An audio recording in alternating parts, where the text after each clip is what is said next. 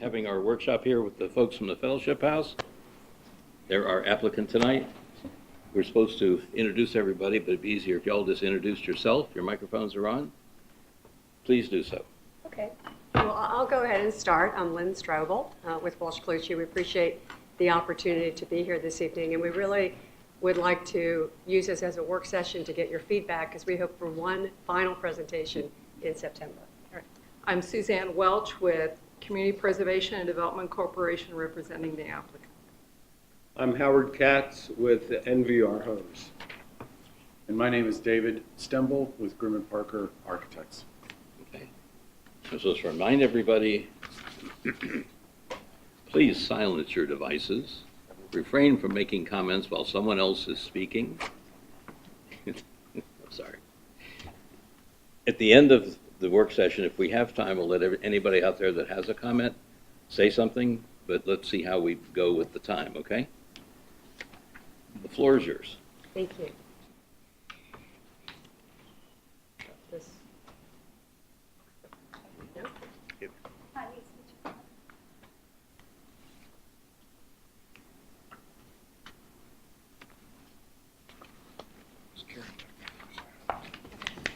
Thank you very much. So just to refresh your memory, this is the site plan that we got approved in concept. We actually did it in two separate evenings. We worked on the multifamily building first, and then we worked with you on several options for the remainder of the site. And this is the one that actually received conceptual approval, which is for 36 townhomes, not the 2/2 concept, but townhomes. So that is the plan that we're beginning with this evening.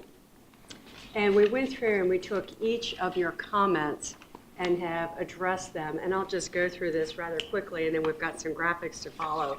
And then I'm going to turn it over to David. So the first was really to take a look at the landscaping and see what could be done to increase the number of trees on the site. We have done that, as you'll see on the next plan. This includes deciduous trees, other species of trees, but we have beefed up the landscaping as much as we have been able to on the plan. The next comment was to ensure that HVA systems would be located in a way that would eliminate noise, and they will be located on the roof. So this is the landscape plan, and I'm sorry it's not in color. It doesn't show as well, but this is what we were able to prepare for this evening, and what you can see is a lot of landscaping that has been installed along North Shore Drive, as well as the remainder of the perimeter, really trying to green up the site as much as possible. Some of the comments on the senior building, a lot of the discussion that we had were about the retaining walls and how to minimize those throughout the site. Also to work with the topography and see what we could do to make some modifications to the building. So what you'll see in the slides this evening is that the retaining wall along Barron Cameron is tiered to try to break up that wall mass. In addition, the retaining walls along North Shore have been reduced to a height that ranges between 1 foot and 5 feet. The locations have been modified as well. The retaining wall that's along North Shore west of the main entrance reduced to about 20 feet in length and 2 feet in height. So we've really worked on that to modify the retaining walls, tried to work with the natural topography of the site. We did revise the building so it does not cantilever over that drive aisle at the back, and we did relocate the loading area. This is the retaining wall design that shows the tiered retaining walls. We're going to provide landscaping with those as well to soften the appearance. And this is just a small exhibit that kind of shows you the location of the retaining walls. It is fairly significant along Barron Cameron, but you will not see that from Barron Cameron. The retaining wall will be visible from the interior of the site, and you can see that the length of the retaining walls has been reduced significantly along the North Shore frontage as well as the overall height. So looking at the senior building, I'm going to turn this really over to David, because this starts to get into the design issues associated with the senior building. So I'll let you take it from here. Thank you, Lynn. So Comments that we received from the board include redesign the southeast corner of the multifamily building to be further away from North Shore Drive and adjust the footprint to reduce the massing in the area. And in a response, you will see in this slide and subsequent slides that the garage level at the southeast corner has been redesigned, stepping back from North Shore. It also is designed to work with the building corner above, allowing the building corner to extend and creating an opportunity for an increased area of landscaping and planting between North Shore and the building. The southeast corner is set back and includes glazing, which relates to the glazing in the units above. And finally, we have thought about using the opportunity for the storefront to include advertising and signage for Lake Ann activities. On the next slide. There. Sorry. On the left is the image that you had seen previously, and on the right is focusing at the lower level, the changes to the first floor so you can see, and changes to the corner so you can see them more clearly. Again, been designed to step back with the building above and increase the amount of landscaping. And in the handouts, you'll see renderings of this corner which exactly match now what we're showing on the landscape plan for the size of the trees and the spacing. Other modifications request to redesign the parking garage so that the terrace level is recessed and shifted back from the base of the building to allow for more landscaping and mature trees and interaction with North Shore Drive. Additionally, look for architectural or vegetative opportunities to screen the garage wall in the front. And I believe that we have done each of those. We have made modifications at the building corners, as I mentioned, at both the west and at both the east, as we've been focusing, and the west towers. One small note that the fire marshal had required that we not have the building towers more than 30 feet from the right-of-way. So we were restricted so much, we could step the corners, but the bulk of the building had to comply with the fire marshal's requests. We've designed the site so that there is a berm along North Shore adjacent to the garage, which we'll see in the next slide. And the garage openings themselves, we've looked at multiple ways of screening the garage openings, which we will present. This section shows, it's a little bit hard to see, and perhaps I'll point it out, that the grade has been pulled up several feet, 3 feet, I believe, against the garage so that the openings to the garage will be above that, and the bulk of the vehicles and lights will be below that berm, not visible from the exterior. These are the actual trees in the background from section 8A, as you see on the civil plan.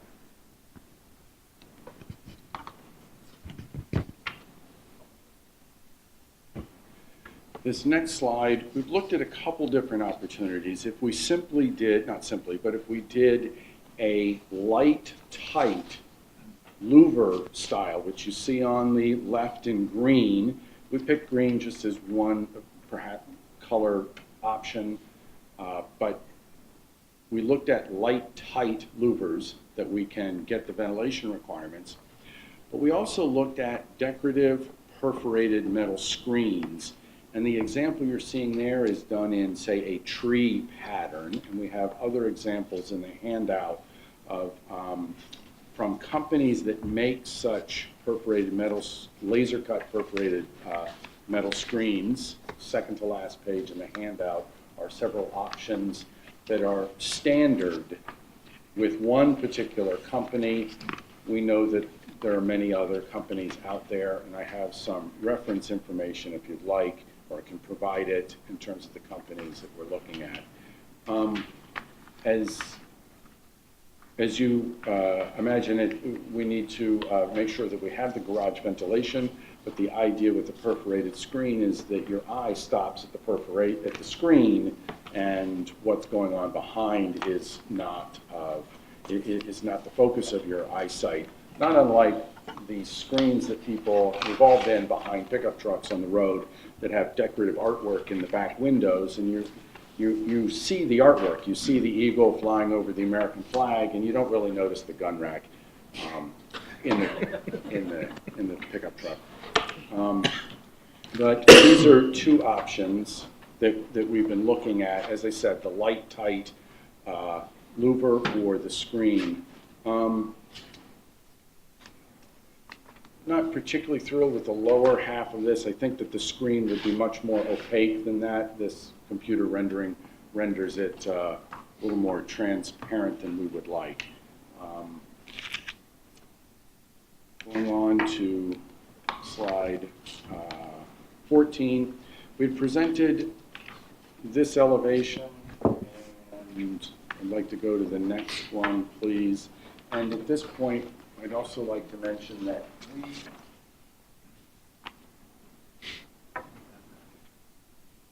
we took a sample panel like this out to Heron House and looked at different colors, the actual brick that's out there, and we brought several samples that we think are to the ability that we can sample these and then put them into the elevations. Of course, we all know that the samples are closer to that side of the United States, and it could be even closer.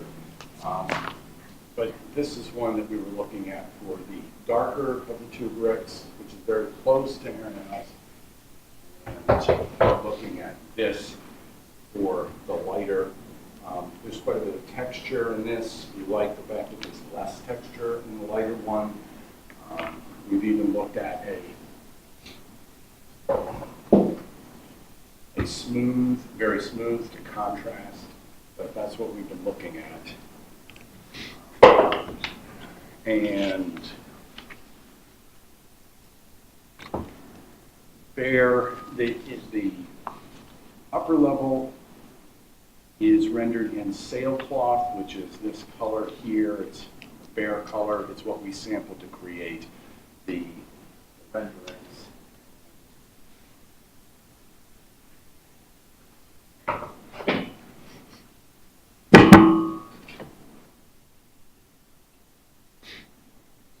So what you're seeing on the screen, this is where we're going with those. Of course, bronze is the window, which we had spoken about before. And if we go to the next slide. I guess I would just point out just a couple of the items here is that we did relocate the loading dock to the rear of the building. That was a concern. We've talked about the materials, and there were some other modifications to the architecture that were discussed. Absolutely, and on this you can see that the stair tower has shifted over to be next to and marking the entry, and the signage has been removed from the stair tower itself and has been added to the canopy, which I believe were some of the suggestions or comments that at least a few of you made. And So these are just the colors. And these are the colors including the in this PowerPoint that we submitted to you, I would like to direct your attention to the handout we brought. We've been advancing the model and coordinating with the civil engineer in terms of, and the civil engineer's landscape architect in terms of trees, and making our rendering much more, I think, just coordinated between the two. So the package I handed out is a little closer to where we would like, where we see the building going.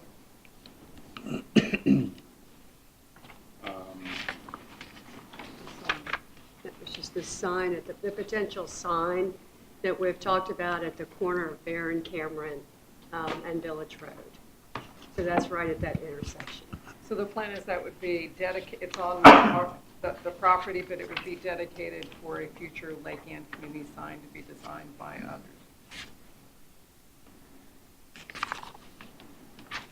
This is a view of the terrace. We've done quite a bit of work to incorporate all the different activity zones on the terrace. We have shade trellis and places where there'll be umbrella tables outside of the living room, and there are planters for the residents to engage in gardening, as well as planters along the perimeter for the largest trees that we can accommodate on the terrace level. And if you look in the package that was handed out this evening, you'll also see some updated concepts for that. I think it's a little more detailed. It's a little more detailed. So the package. terrace is intended to be able to be shifted around. We don't want things hammered down and set in concrete, so that you can change and create another character if you want in a couple of years. Just so you know that this is just an example of sort of the layout of a garden, trees, and activity space.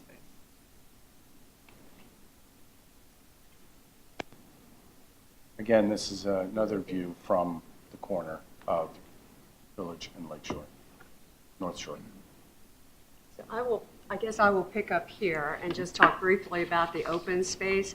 What we've really tried to do is to make sure that we have a lot of different parks throughout this property. Some of them are smaller, what we're calling pocket parks. Some of them are larger that we can put, play equipment in.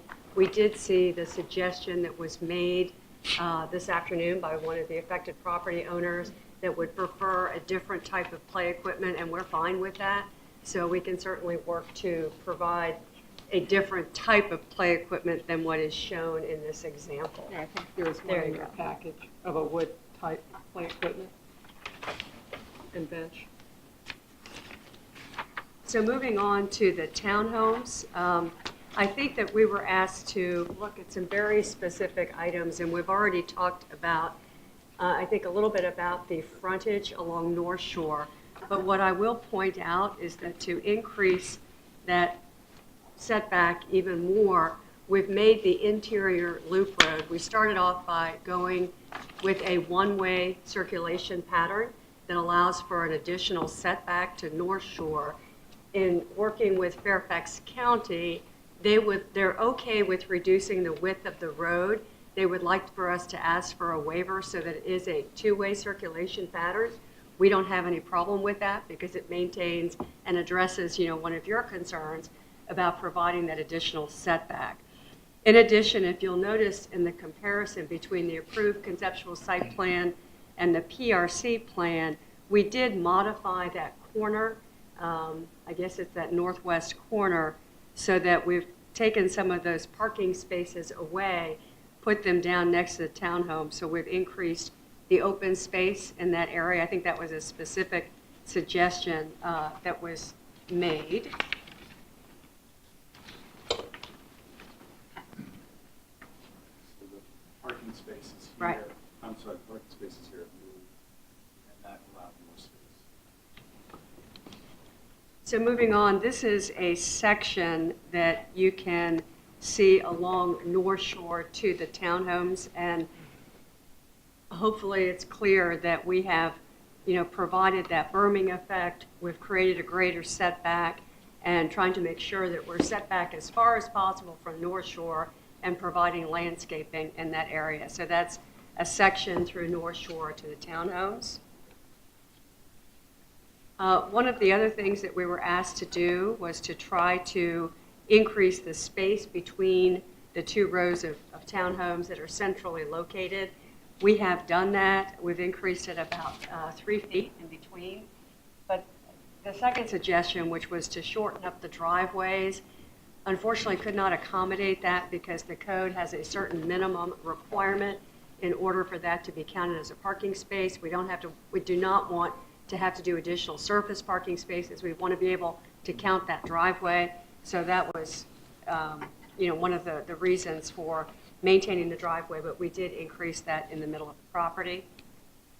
And then I'm going to turn this over to Howard, I believe, to talk about the architectural designs because we were not able to get them into our set, materials for a week in advance, but we have handed some out this evening. So Howard, I'll turn it over to you.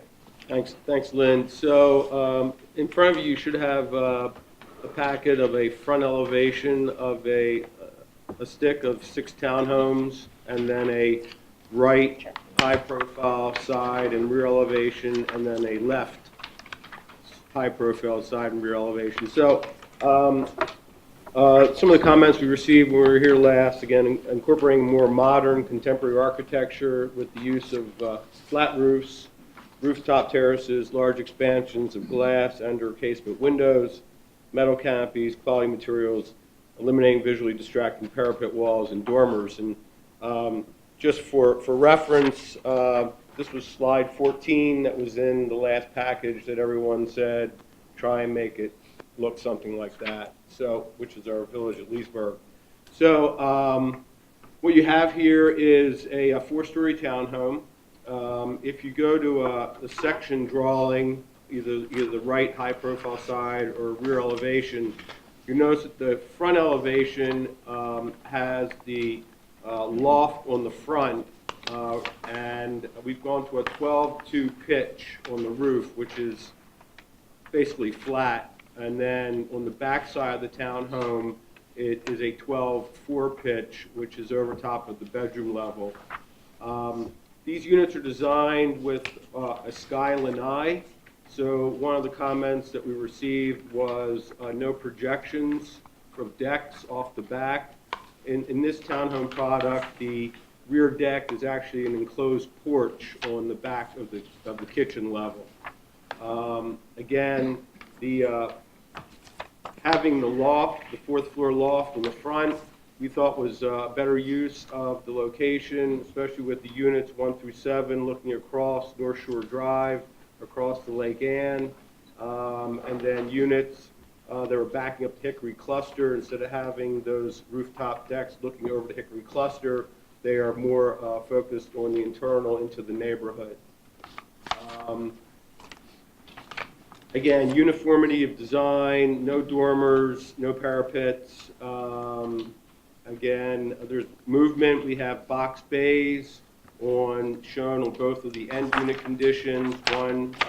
We also have the 2-foot offsets in the jogs of the units, as well as the units are stepping with grade. And again, the horizontal and vertical elements, the articulation of the buildings with the hardy plank panels, as well as the various brick colors. And I would just note too, Howard, you did provide some colors at the bottom. These are the selections that you've made so far that we would appreciate your comments on. In meeting with staff, meeting with Margot, this is a probably Sherwin-Williams is our paint manufacturer that we use. We get our brick from Potomac Valley. The front doors would be black. The windows would be bronze. The treatments over the doors and over windows would be bronze. Again, we really feel it's a handsome product and really would be a nice complement to what's being proposed for the Lake Ann House. So just a couple more just brief comments just on the phasing and the timeline for the project. As we've talked about previously, the multifamily building would be built first so that the seniors could move seamlessly from their existing residence into the new multifamily building. Those existing buildings would be demolished, and then the townhomes would be built. So phase 1 would hope to be completed by December of 2021. And just the one thing I want to put out there for consideration, not for a decision tonight, but that if there is a way to be able to go forward with this, and if there is a recommendation of approval, we would need more than 18 months to be able to implement this project because of the phasing that's involved. So I just wanted to make a note of that. And then this is our final, this is the proposed site plan with all of the modifications that we've discussed this evening. And again, we would really appreciate your comments because we would like to come back for a final, hopefully, decision in September as we have hearings before the Fairfax County Planning Commission and Board in October. So, thank you. Okay. You guys have been busy. We have been busy. We've been trying very hard. I guess, why don't we start with questions from this end and then see where we are with that, and then if we have any questions, we'll get to comments in a bit. Why don't we start over here? Bruce? I was a little bit confused by the notion of what's looking at, what was your comment about what's looking at the street cluster? Right, so if you go to this last slide, again, typically rooftop terraces, you see them on the rears of townhomes on the fourth floor, and we've decided to move the rooftop terrace to the fronts of the unit, so especially lots 1 through 7, the rooftop terrace is overlooking Lake Anne. We think it's a more powerful presentation, as well as these lots, instead of the rooftop terrace looking over to every cluster, we're more focused in the neighborhood, more eyes on the street, creating more activity, even if you're up 4 stories. And then also for these units backing to Byron Cameron, again, whatever noise might radiate up from Byron Cameron is a grade change. You shouldn't really have that. Again, the rooftop terrace is putting more eyes on the street. Thank you.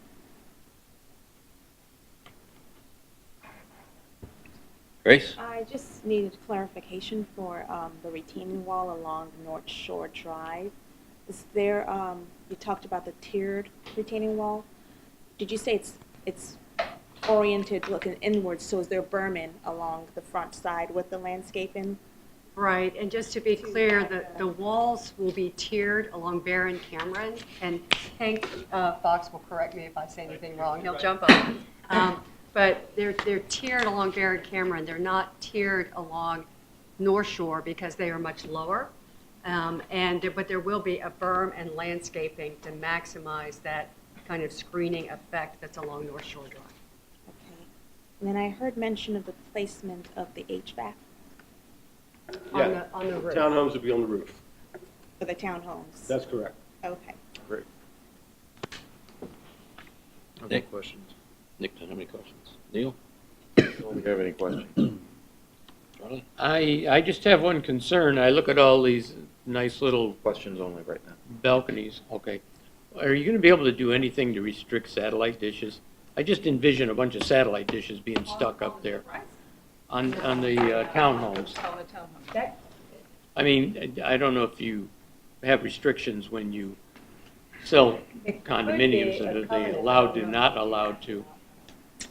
I will have to respond back to Margot and the team to get you an answer for that. Okay. And that just, they're nice, they're clean. I just envision a bunch of little satellite dishes setting up on every other ledge and kind of spoil the whole thing. What currently happens in Reston with satellite dishes? How is that monitored? We don't really have very much ability to restrict them. If there's a better place that they can be put, we might have a say, but we can't restrict it entirely. It's Yeah, I think freedom of that's speech. like FCC, yeah, It that's is. kind of, yeah, Regulation. you can't limit, right, So we could argue they might be better on the backside, and if you give someone a place to put them, right. they can be put there, but you can't not have them. Effective. Yeah, I think most new developments in Reston or existing Reston has some form of cable, whether it's Comcast or Fios or whatever. So, I'll get an answer for you, and Just curious, I mean, if there was this like a mount on the backside that didn't show so much that if they wanted to use it, it would be there, or, Right. you know, or not. And I had one other question that it wasn't clear, it's with the parking garage. You spoke of the light. Are you speaking of light radiating out from the parking garage that people see from North Shore, or what is the concern? You said one of the options was the light restricting louvers. Or Yes. Prevent any Well, headlight glare. Well, both headlight, I headlight, know that the parking garage has to be illuminated inside. yes. So it's both headlight glare and the sight proof is just so you wouldn't, with those kind of louvers, you wouldn't see a car at all. You even if You you've said got- the headlights would be mostly below grade of those louvers, no matter what. The headlights are below grade no matter what, but the sight proof louver, even if you walked up and looked, Right. you'd be looking up at the But ceiling. even with the laser cut, with selective placement of the interior lights of the parking garage, you could probably avoid having them shining out through the louvers, or through the Correct. air vents. Correct. And as in the second to last page, we were looking at some different colors, and the idea would be to pick a color for the laser cut that was worked with the building colors, of course, as well as was a contrast, so that the garage was in effect gone at that point. It was just background, dark background. Yeah, no, I was just concerned at night, if the lights aren't properly placed through those laser cuts, are you gonna have patterns showing all night long due to the lighting in the parking garage? Well, when we do parking garage, I don't have a light fixture, but all of the LED fixtures are shielded in such a way. The garage ceilings are so low these days, and the fixtures are shielded such that you never actually see the light source. It's putting all the light down where you're driving Not too much to fun. prevent the glare for just people driving. And I would imagine that would prevent any light from leaking. That'd be good. Just All right. the way the garage That's fine, lighting is that's what I designed wanted. these Thank days. you. So if I can also respond, we presented two options to you. One was louvers or the The laser cut. laser cut metal panel, either in like a natural wood leaf, which was my preference, versus a contemporary, which can always get outdated. But we'd like your guidance on that because we'd pick either one. Jason? I have a couple questions. What is the grade change from Baron Cameron to the back of the two sticks of townhomes? It's roughly about, I believe it's about 20 feet from Baron Cameron up to the top of the wall of grass. So the townhomes sit above Baron Cameron? No. No, they're below grade. That's what I thought, okay. Okay. Back So of the the- townhouses is roughly 70-ish, and Baron Cameron at the highest point there, I think it's in the 60s. But there's a berm in between it, a natural berm. Understood. Okay, and then the mechanical equipment is enclosed on the roofs within the pitched portion of the roof then? Correct. And then what would the material of the louvers be? Is it a composite of some sort, like a shutter? I'll have to get back to you with that. It's not that important. But I'm sure it's, Something that would wear well. that's correct. Okay, I only had one question. I got some comments, but only one question is, with the 2 and 12 roof slope that you guys have, you said that the AC units or the compressors were going to sit on the roofs. Are they going to sit on the sloped roof? How's that going to work? Well, I think the design is we pitch into the 212 pitch, and so it sits on a flat panel, so it's not visible from the street side. It's a very conceptual elevation in that it doesn't show any of that yet. I I'm can just looking supply at the side elevation, and I couldn't quite tell where, Yeah. you know, where they were going to go, but we'll It get. would be, again, it would be within that pitch of the roof. So it would sit down, but the floor to ceiling height is only 9 feet, so there's the space above. It's a conceptual as well. Okay, we'll get to that. Okay, I mean, given that, I've got some comments about what's going on. I guess I'll go on and start off so we get some idea of what we're talking about here. The, pardon me, the corner, we'll call it the northeast corner of the site, where we're losing an awful lot of the trees all along that corner. And you also suggested putting a sign out there. And you had a rendering of that view where it's pretty bare bones. Can we get to that rendering of that corner? And I have no idea what number that might be. 18. I knew that.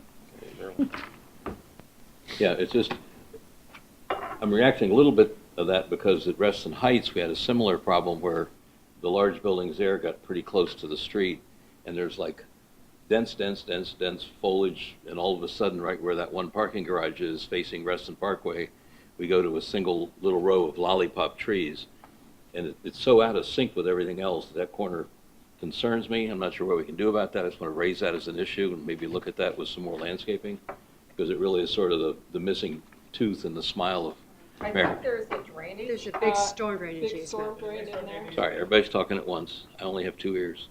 There's a large storm drainage easement, I believe, that's within, well, it's parallel, I believe, to Village Road. Correct, yes. And there'll be another storm drain easement most likely as water's draining off from the road down into the site. So the ability to put large trees there is, we do have a landscape with shrubs and larger evergreens. Okay, I'm just saying, if there's, I see you have a whole bunch of little circles there. Okay, then the second part of it was just about a sign. I'm not crazy about having a sign there. It's a little bit like the signs on some of the high schools we have here, that the signs aren't near any of the entrances, so the sign is sort of there, and then all of a sudden you come around the block and there's an entrance. Seems to me to make more sense if the sign is actually where you go into the building. This isn't our sign, I'm sorry. This is meant to be, this is in response to Larka asking, making comments that they'd like better Lake Inn Village Center signage. So that when you're driving down Bear and Cameron, you have better more modern signage and better signage about where to turn in for the Lake Inn Village Center. So that's Lake Inn, So that's we not all- you.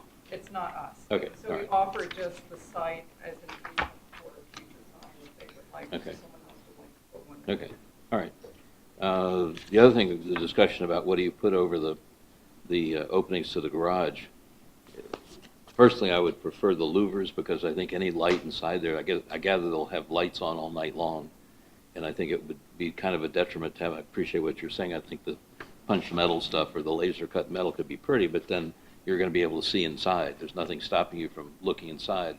I think the louvers make more sense. It'll hide the light. It's a little bit more architectural, doesn't look quite like you've just added decoration to a rather large building. In my mind anyway, it becomes more part of the structure. I think the corners and the ends of the building have come a long way. I think they're getting a lot closer to where I think you need to be because there's kind of a good balance. There's a lot more fenestration and a balance of fenestration and solid, in other words, solid and void. I think you kind of lose that in the broad parts of the building where the long sides of the building where we can, the same comment on the townhouses as well. Again, it's just a huge wall with a bunch of punctures in it. And there's some balance between fenestration and solid and void that I think you need to get at a little bit. I don't know if it means you need to add some more windows or you need to do something, but the corners are getting more like something that could stand on its own next to Lake Anne. The broad walls, the broad expanses still leave a little to be desired in my mind. Okay, and the townhomes, just running through some of this kind of quickly, is the playground something that's necessary? Because a lot of the clusters have these little playgrounds. They hardly get used, and I'm wondering, is that in the upper northwest corner? Is that what that little open space is up there? Is that where the play station or whatever you call that thing going to go? The play equipment actually goes on our side of the entrance, the senior side of the entrance. Right there in the, next to the circle. Oh, that little open spot there. I mean, really? I mean, so is that for the seniors or all the kids in the? Grandkids, kids from it was the largest space that was close enough to the Yeah, senior okay. building, so- Just, I mean, a comment there would be, it might be better to be a more natural area, that's just me. I mean, and if you had to put a play, what do you call these things, play elements, whatever, whatever, that the northwest corner That's so might be a better 70s. place for that instead of right there at the front of the building is kind of, doesn't really quite go with, in my mind. I would just comment, that's something that has been really emphasized by Fairfax County staff. I know you have some disagreement with them, but they really want, I know you want passive, they really want active. So that's our, Okay, I'm not saying get rid of it necessarily, but maybe it could go in the upper northwest corner, because my guess is the users will be perhaps a family moving in with kids, and you don't want them running across the street and yelling and screaming in front of the fellowship house itself. It seems like the placement seems a little awkward to me. On the townhouses, and again, this is what I just said about the other. So the beauty of some of the architecture you have over there is that there's this, none of it, including Lake Anne, I mean Heron House or the Lake Anne buildings in the question mark shape or what have you, or in Hickory Cluster, all the fenestration becomes part of the architecture. Okay, that you have large pieces of glass next to large pieces of solid. There's a whole architectural balance there that is one of these things that sort of stays beautiful forever because it's just a good element. And it concerns me here that we're getting back to the they've improved, I'll say that. What I'm seeing tonight isn't quite the same as that thing we were all saying, oh, you're going the right direction. And I believe also in that one there were some units that were 3 stories and some that were 4 stories, which I don't have that with me tonight, but that rendering one of you waved at me a minute ago, they weren't all 4-story. So I think we're kind of getting back to it's all the same, everything's 4 stories, and here we go again. That some of the things I saw then were some variation, and I think also the fenestration balance with the solids and voids on these elevations really you need to look at that. Because if we just get little penetrated windows in large brick walls or facades or stone or hardy plank or whatever it is, somehow the windows have to manage and balance with the solid portions. And when you're doing that, you might want to look at perhaps tying some of the fenestration on the different levels together vertically so that they have a larger impact. You know, if you tied the 3rd floor and 2nd floor windows together somehow material-wise or something, so they didn't just look like punctures in a wall, might be something you want to look at. Because I think, you know, we're really looking for the best design we can possibly get over there, and I think that's just a comment. I think that might help. The strongest element on the townhouses are the large recessed opening on the rear where the deck is, or the patio, whatever it is, the elevated patio, because that's a strong visual element, and all the other windows just aren't. And I think we could look at that a little bit more and see. And the variation in height, I think we had some 3s and some 4s before. Yeah, just that, that photo, again, has the dormer on the 4th floor because Right. that loft was on the back side of the unit, again. Right. We got rid of the dormers, we, again, thought. But the dormers on that drawing didn't run all the way across the roof either. No, because there were some 3-story, but Right. the loft was on And the back side. I'm fit into just the saying I don't pitch want of to the roof. lose that, because we sort of said we like that, and I'd like to see getting back to that, to where those dormers aren't running all the way across, because it added some variety that made some sense. It might help the overall design. Anyway, a couple of comments from me. We'll chug on around. We'll start with my left again, Bruce. Not at this point. Okay.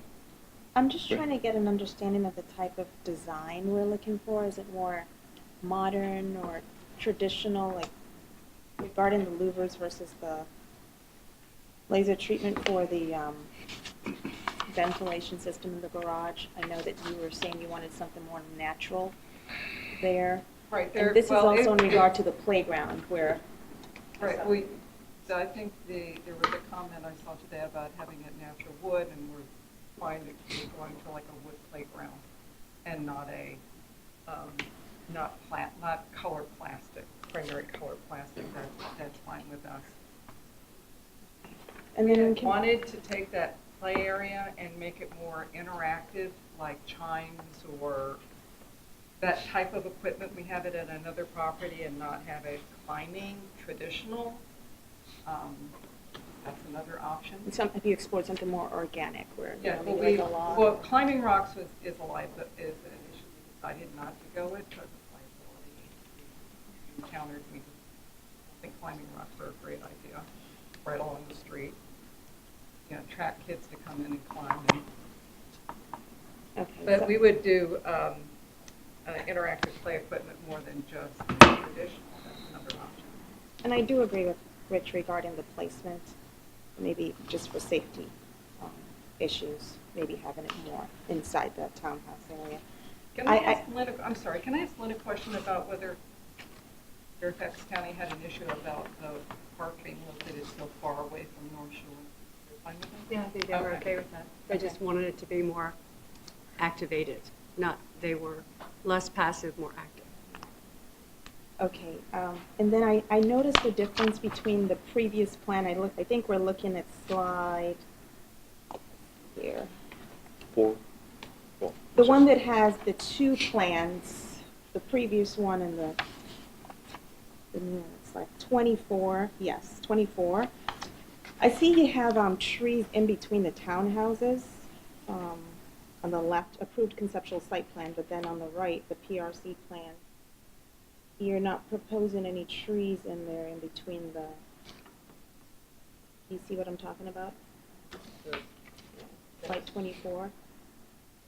And I was wondering, I appreciate that more landscaping has been added around, but I was just wondering why the trees are no longer here. I don't know if, Hank, you could explain that. The issue on the left, the drawing on the left was not have lot lines. The dwelling on the right now, that's not fine. Okay, And then there is a portion in the middle which will run the dry utilities up. okay. So I imagine though each homeowner probably would Plant. dress up their own backyard.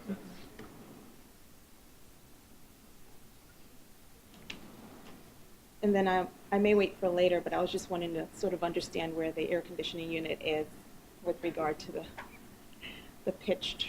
Yeah, I don't know if you could just show us one of the Well, slides. I think and just, actually, now describe that I where- think about this, I think the HVAC unit sits in the, on the deck portion of the front loft. It sits within that 20 by 10-foot open space area.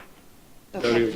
So it's basically, you can't see it from the street, you can't see it from the side because the actual wall of the loft porch up front is blocking it. Just finally just triggered in my head. Thank you. Yes, thank you.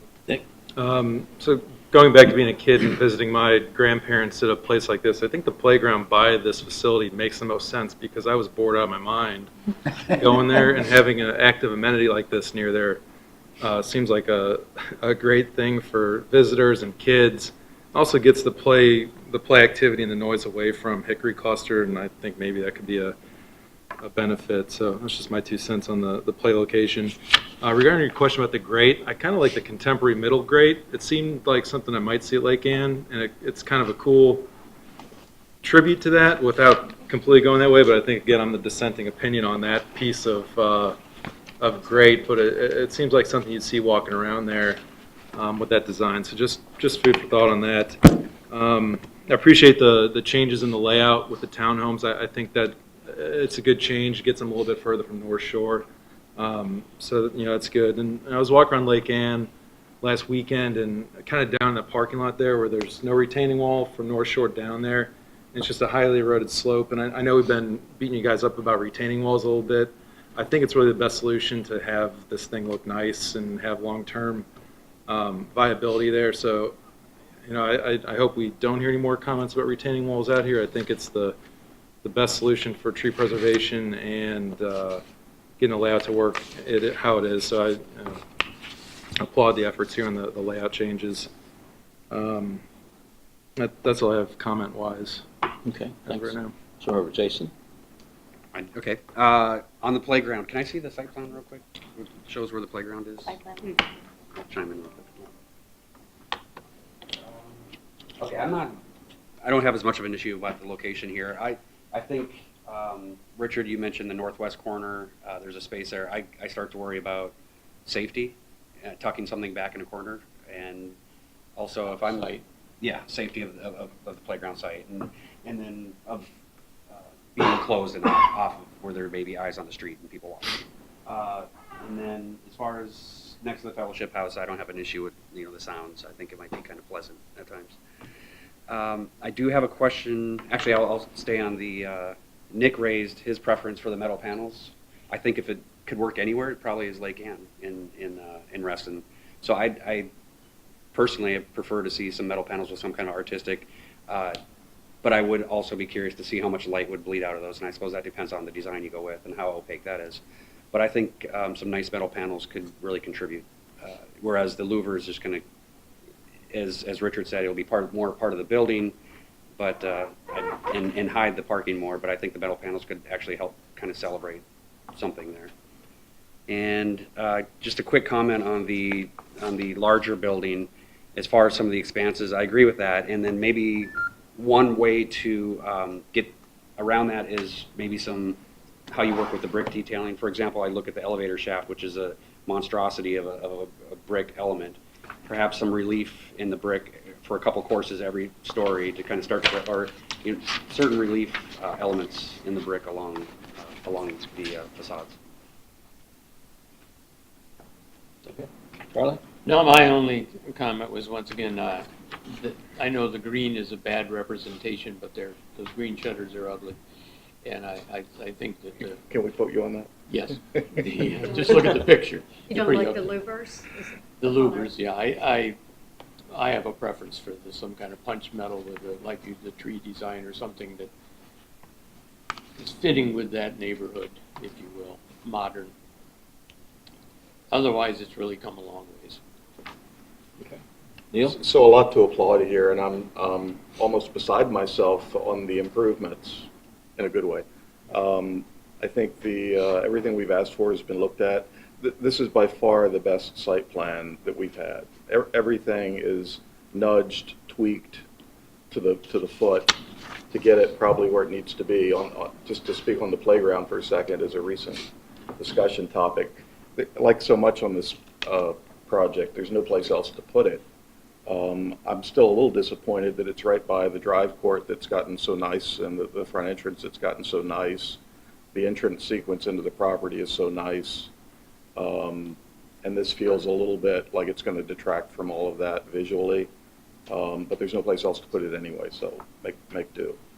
The loading dock moving, the geometry is being cleared up, the southeast or whatever it is corner of the building, the way the garage and the building are resolved there makes a lot of sense. I think that, I'm realizing the two architects here are more louver prone.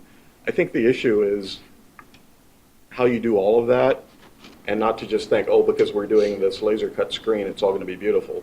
No, it would not necessarily all be beautiful. You actually need 3 layers of stuff going on. You still need the louver to some extent, in my mind. Then you need the laser cut grill dressing up the louver, and then you still need landscaping because we don't want to see any of it anyway. Because we don't want to see, if these laser cut louvers become great works of art, essentially you're going to have people looking right into your parking garage, which isn't what we're after. We're trying to downplay it. So it wants to be a beautiful way of screening the parking garage, and I think there is a place for the laser cut panels, but not just as a single layer of stuff. You've got to paint what's behind them dark, and there still probably needs to be a louver back there that cuts down all the light penetration so that you get some glow coming through the louver that then gives you some background to the laser cut so that it's pretty and not just, just looking right through it into the parking garage. So we want it all. It's not either or, it's all. That's my opinion anyway. And I would keep it bronze, and I would keep it elegant and understated. And I agree with Charlie that John Deere green is not the answer. Just another quick aside, the park benches do not want to be Victoria Station. They want to be something more modern that matches the architecture. The townhouses, to me, have come a long way. I'm going to jump down to those for a second.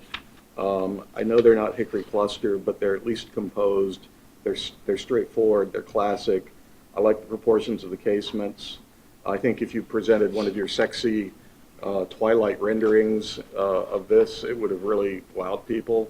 I think there's more here than we're actually seeing. I like the fact that it's 3-story in the front because of the 4th-story setback, especially along North Shore Drive. That essentially cuts down on the mass a lot. And if you're stepping them according to the grade, you're getting some variation. I mean, it's definitely it's more water view, less hickory cluster. It's not either. It's still very much a product of 2018, but it's way better than the other products we've looked at to date. And I love the fact that we have front doors on the fronts next to the garage door. There's no confusion about front and back anymore. That's really a big improvement. Fellowship House itself, I just have a sense, like Richard started out, that it's essentially a large building with a lot of punched windows that we're then trying to dress up a little bit. And the little frame elements, the projected frames that create these sort of framed moments, I think are going to appear a little thin, a little tacked on. So we're looking for ways still to make the building a little more sophisticated feeling. It probably means more money. It probably means budget that doesn't match your pro forma. But I think it's going to look like a really big building that's not quite as nice as it needs to be if it were executed the way it is now. I do like the frames more in the 11 by 17 handouts than in the earlier work. I think it's simpler. I guess my eye keeps thinking, could you make that cornice at the top more pronounced, project it further, and maybe introduce another cornice line 1 story below at the tops of the frames? so that the building gets some more shadow lines, so that the building gets some more depth. One of the comments we've made about the Reston Heights development along Reston Parkway is that it all came out, even with the huge overhangs, the buildings came out really flat and thin and a little cheaper looking than we had wanted them to. And so that's kind of in the back of my mind here. If all these punched windows are set out flush with the face of the brick, this building's going to look really cheap in a bad way.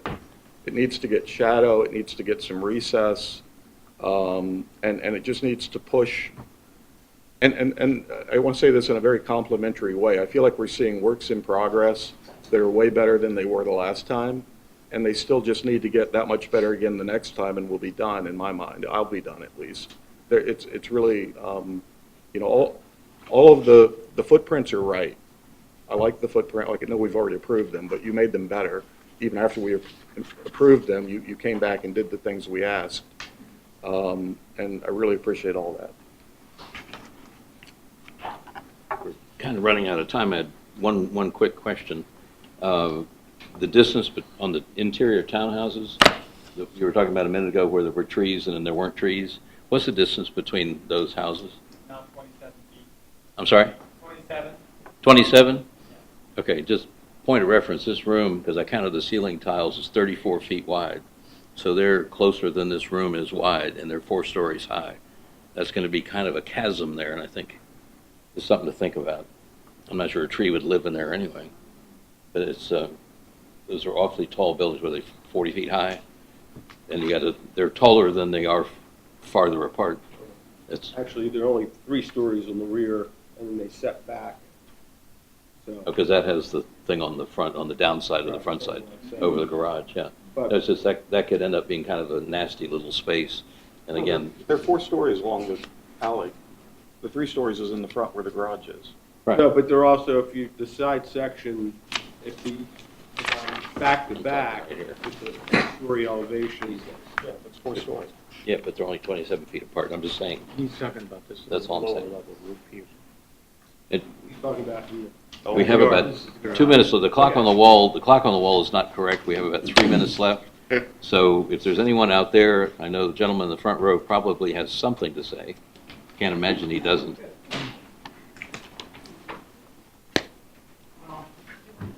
Got to give you a microphone, I think. Or just take him a microphone might be easier. Yeah. Yeah, we got it. Here you go. Yeah, he got it. Well,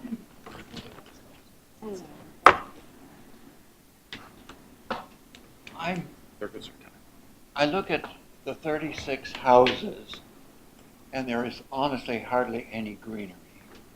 If you painted the grass green, you wouldn't hardly see any. And I think the trees show shadows, and the ones that don't have shadows are probably bushes or something. And some of these little parks have 3 trees and 1 bench, and they're called a pocket park. I think it's the best pocket park. There is really no space. These houses are now 4 floors. They're going to have probably 4 bedrooms. The top 2 floors can have 4 bedrooms. They're for families. They're going to have quite a lot of children and quite a lot of dogs.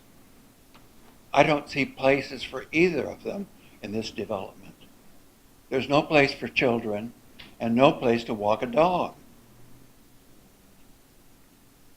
What?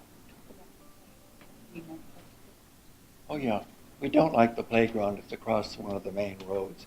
That's impossible. And it's got to have a high fence around it so balls won't fall into North Shore Drive. And as I look around along Baron Cameron on the extreme right, there's a tiny little row of, I guess it's bushes. Do you see those little tiny circles? Mm-hmm. Now, if you looked at that elevation, which is over twice the length of the elevations we've been looking at, you look at that elevation where the canopy is, the elevation along Baron Cameron is over twice that length. It's a very long elevation. I've never seen a rendering of it or anything. But and you're going to have these retaining walls along there. And then as you try to turn the corner, there are some trees, thank goodness. But you may hit something as you turn the corner. My concern is it's way overbuilt. The site does not contain enough acreage or anything to have this many buildings. It's completely out of scale. It's out of scale with Reston. Okay, I think we're going to have to move along. I'm not trying to cut you off. Okay. We're out of time already, but there's another gentleman that was waving his hand back there. 60 seconds. Okay.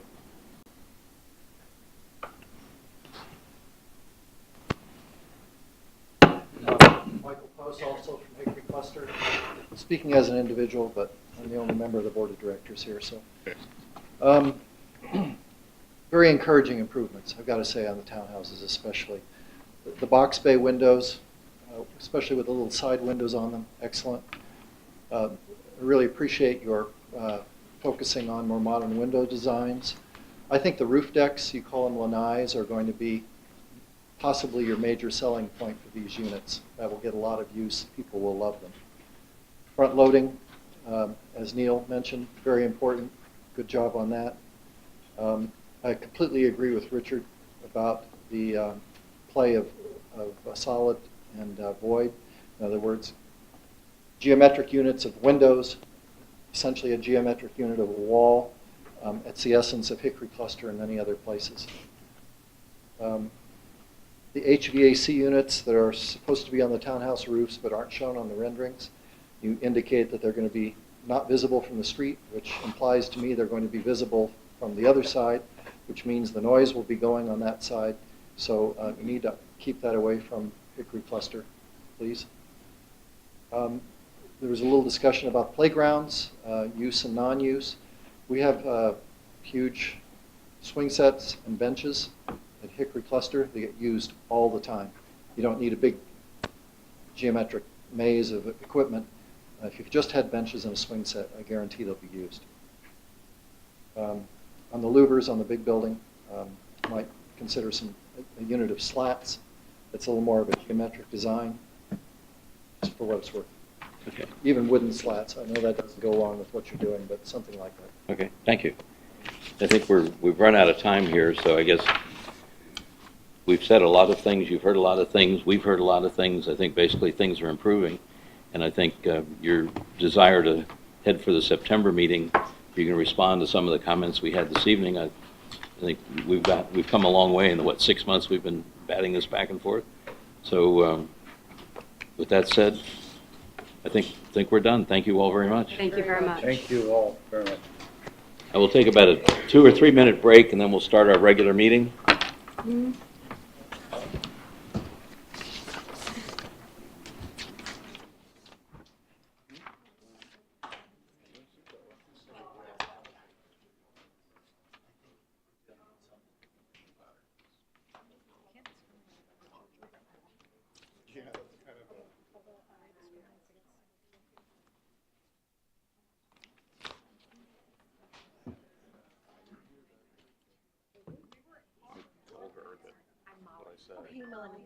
Nice to meet you. Good.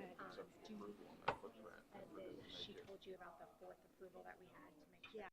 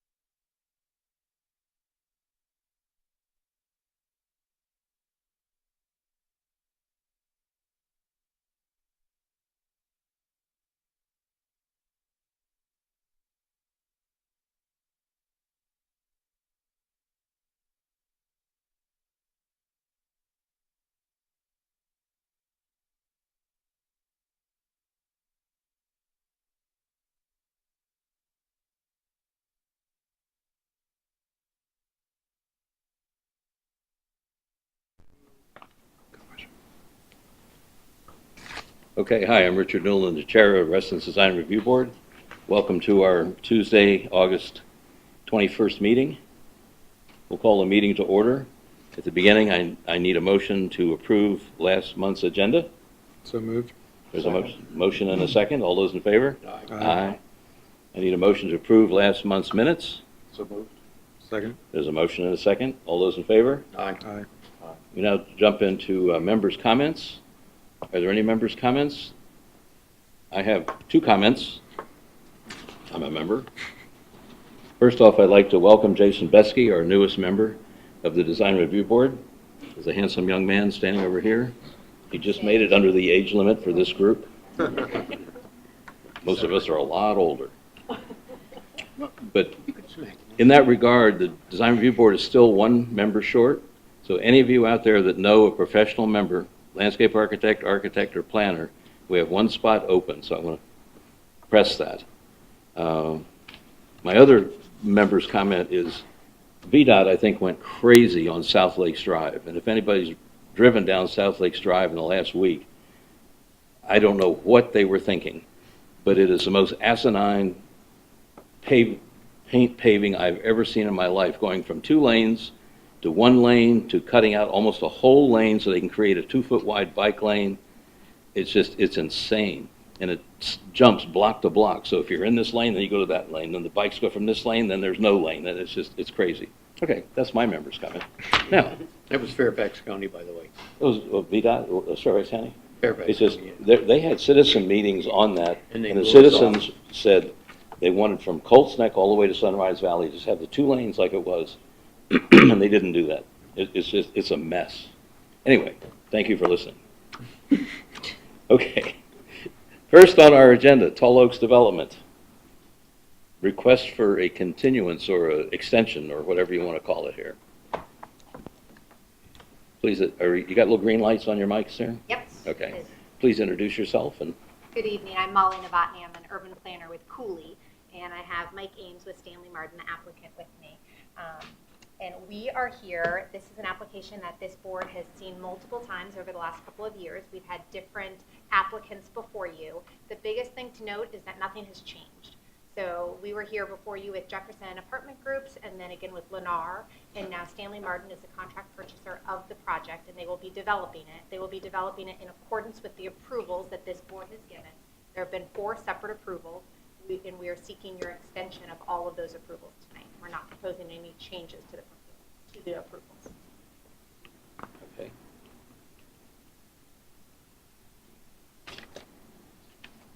So in the letter that we submitted to you dated August 3rd, we identified 3 approvals, but Margot has kindly added a 4th approval that we received from the committee on November 14th, which was additional details on the landscape plan, because at our October meeting, you guys had requested additional That was details. last year. Yes, exactly. All this was first one was 2016. Then we got into 17, August, October, and November was the final landscape thing. Okay. Exactly, and the site plan Margot has up on the screen, and that was the original approval from May 17th, 2016. Okay. So what you're saying is everything, color palettes, site plans, yada, yada, all that's, nothing's changed. Correct. We're not proposing any changes. Stanley Martin will come back to you with building materials and with mechanical equipment plans. Those things have not been approved by you, and they will be presenting those to you in the upcoming months. Are they going to do all the things, the multifamily, the single family, they're going to do all the residential stuff? Yes, sir. Okay. The little mini commercial stuff, you doing that too? Many commercial stuff, I believe it's completed already. Yeah, no, okay. I guess that other building, okay. The retail upgrades. Okay. Does anyone up here have any questions? Yes, Bruce? I do. Can you explain what you mean by market considerations and causing the delay? Yeah, so I mean, as far as the delays are concerned, it went through a couple contract purchasers. It's come to us. Obviously, with those past contracts, I can't speak to them specifically, but obviously those came to you for approval. We've now stepped into that current position. We're just trying to close the loose end because it has gotten to the point where it's close to expiration. Kind of. Yeah, This is Stanley Martin. This is Stanley Martin's first time before you as the contract purchaser, and so those other contracts fell out, which is the market conditions there. So we have a new purchase. So the market conditions are that somebody else is taking over the project, is that what I'm understanding?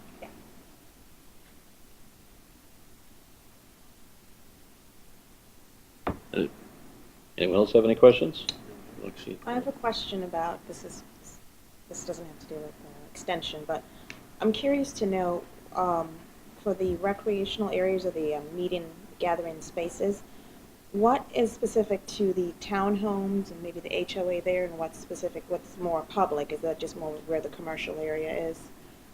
Because I know this was a village center, and now we have a... Right, so there's a long green linear path there, and then on the lower part of that, there's a playground and additional amenities that's all open to the public. Okay.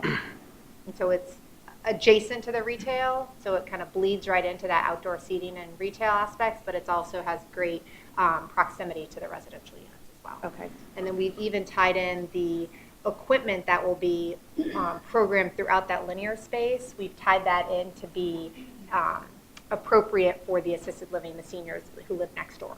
So it's very public space. Thank you. Nick, any questions? Jason?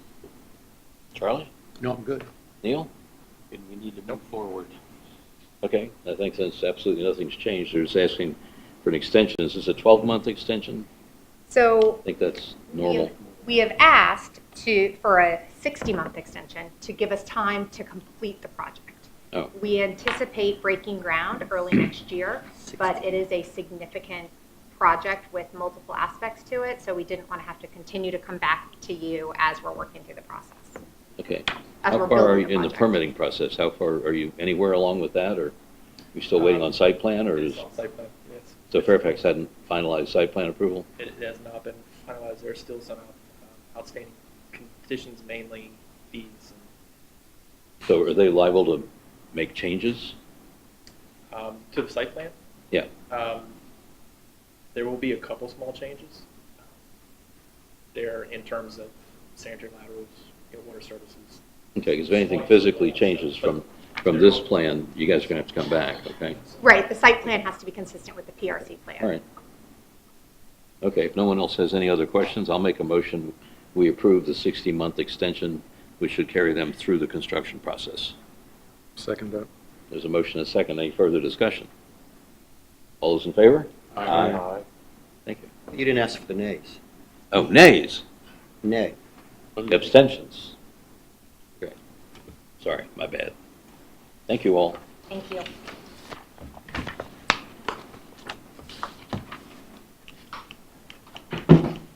Mm. 10900 Hunt Club.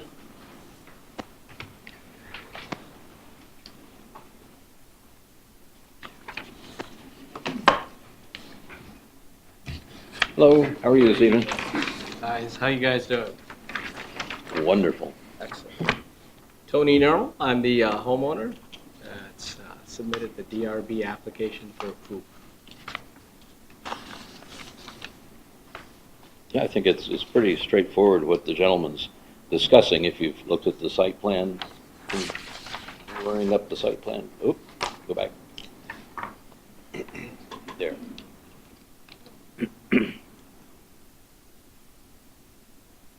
Yeah, I went out and visited this afternoon. There, it appears one of the corners is marked with a flag. This ends up being, it's so tiny it's hard to say, but the closest corner is about 5 feet away from the property line. Is that correct? We'll have the actual. Okay. And there's a pretty substantial slope coming down toward the property line. Is your property line up into that slope, or is it at the bottom? Because there's a fence kind of buried in the bushes there. Correct. So it's up to the fence, a little bit off the fence, and then it goes all the way down to the street. Okay, so That make sense? some of the amazing landscaping is on your side of the fence? Yes. Okay, so is the corner of the proposed garage going to the edge of the existing paving, or is it going farther over than that? It's so I have sorry, say it again. Sorry. question. The forward corner, the bottom Okay. left-hand corner as we're looking at it, is that located right at the edge of your existing paving, or does that actually go beyond your existing paving? It's a little bit inside of the existing pavement. Oh, it's inside the existing Inside, paving, yeah, so it doesn't go as it doesn't far? go onto the grass, no, it Okay. does not at all. Oh, okay, all right. Those are the only questions I had. Is anyone else, Jason, did you get a chance to? Yeah, I looked at it, I don't, so it's 5 feet from that corner to the property line, is that That is correct? correct. And Yeah. what's the required setback? 16. Okay, and so there's a. From Actually, from it's a house little- to house. From the house. Yeah, it's a little weirder than that. A PRC, you have to be 16 feet away from your neighbor. You can build right to your property line if you want. If you get there first, you win. I mean, that's the advantage. So my neighbors, I love them, but they are 5 feet from the property line. So Oh, they're 5 feet. They are 5 feet, so I got pushed in a little bit. That's why I can't go all the way to the edge. But how does the corner of this relate to where they are? So they're 16 away. So I'm Okay. actually more in. I mean, I'm just saying, like you said, whoever first built got that advantage of being taking more of the edge. Okay. All right, Charlie? Well, my concern when I observed it, that the majority of the houses on the street are single-level ranch houses with a one-car garage. And although there are a couple, obviously, newer units that are brick two-story that probably weren't put in initially. And to me, this is going to look like a garage with a little house tacked on the back of it. I just feel that the garage is so far forward and so big that it overrides the house. That was my concern looking at it. Okay. Neil? I don't have anything to say. Nick? No affected party for this, your neighbor hasn't. So I have both. So there, I got my neighbor on the left and the neighbor on the right and across the street. They're all So I on got all board. three. They're all blessed. Yes. All right, that's another question. Grace? I'm just assuming that there wouldn't be any concern with the slope coming up close to the garage and making sure that you have adequate drainage. So I don't know enough about the process, but because I'm not the builder or engineer. So I just know we got the site plan approved because I heard somebody Okay, use those good. keywords. I'm just letting you know. That's where I am. Okay. Thank you. I held them off till. One of our guidelines says that anything that you do, if it affects drainage and affects your neighbor's property, it's an issue for us. But what we're hearing you say, it shouldn't be an issue. Sure. Drainage will still go down the side and I assume out the back. It looks like that's the natural grade. Scary stuff out the back. That is correct. But if in the future something does happen, we just want you to be aware of that if this causes drainage issues, you're going to have to come back. Okay. Bruce? I'm good. Okay, any other questions or thoughts, comments? Is there a motion? Make a motion, we approve the garage as presented with the comments about drainage included in the motion. Okay, I'll second that motion, and also, we need to add the fact that they're adding a bit of an extension across the front of the house that should be part of the motion. This is being added, this business here. Including that in your motion? As presented. Oh, as presented. It's just, this is a garage, and then that's, okay. We got it. There's a motion and a second. Any further discussion? All those in favor? Aye. Aye. Any opposed? Aye. That's a no. That's a no. Okay. All right, motion carries. Thank you. Thank you. That was easy. That wasn't that painful. Thanks, guys. We'll try harder next time.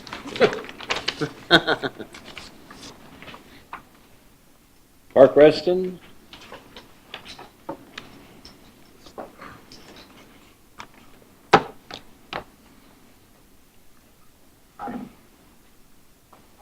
This one is a lot of stuff.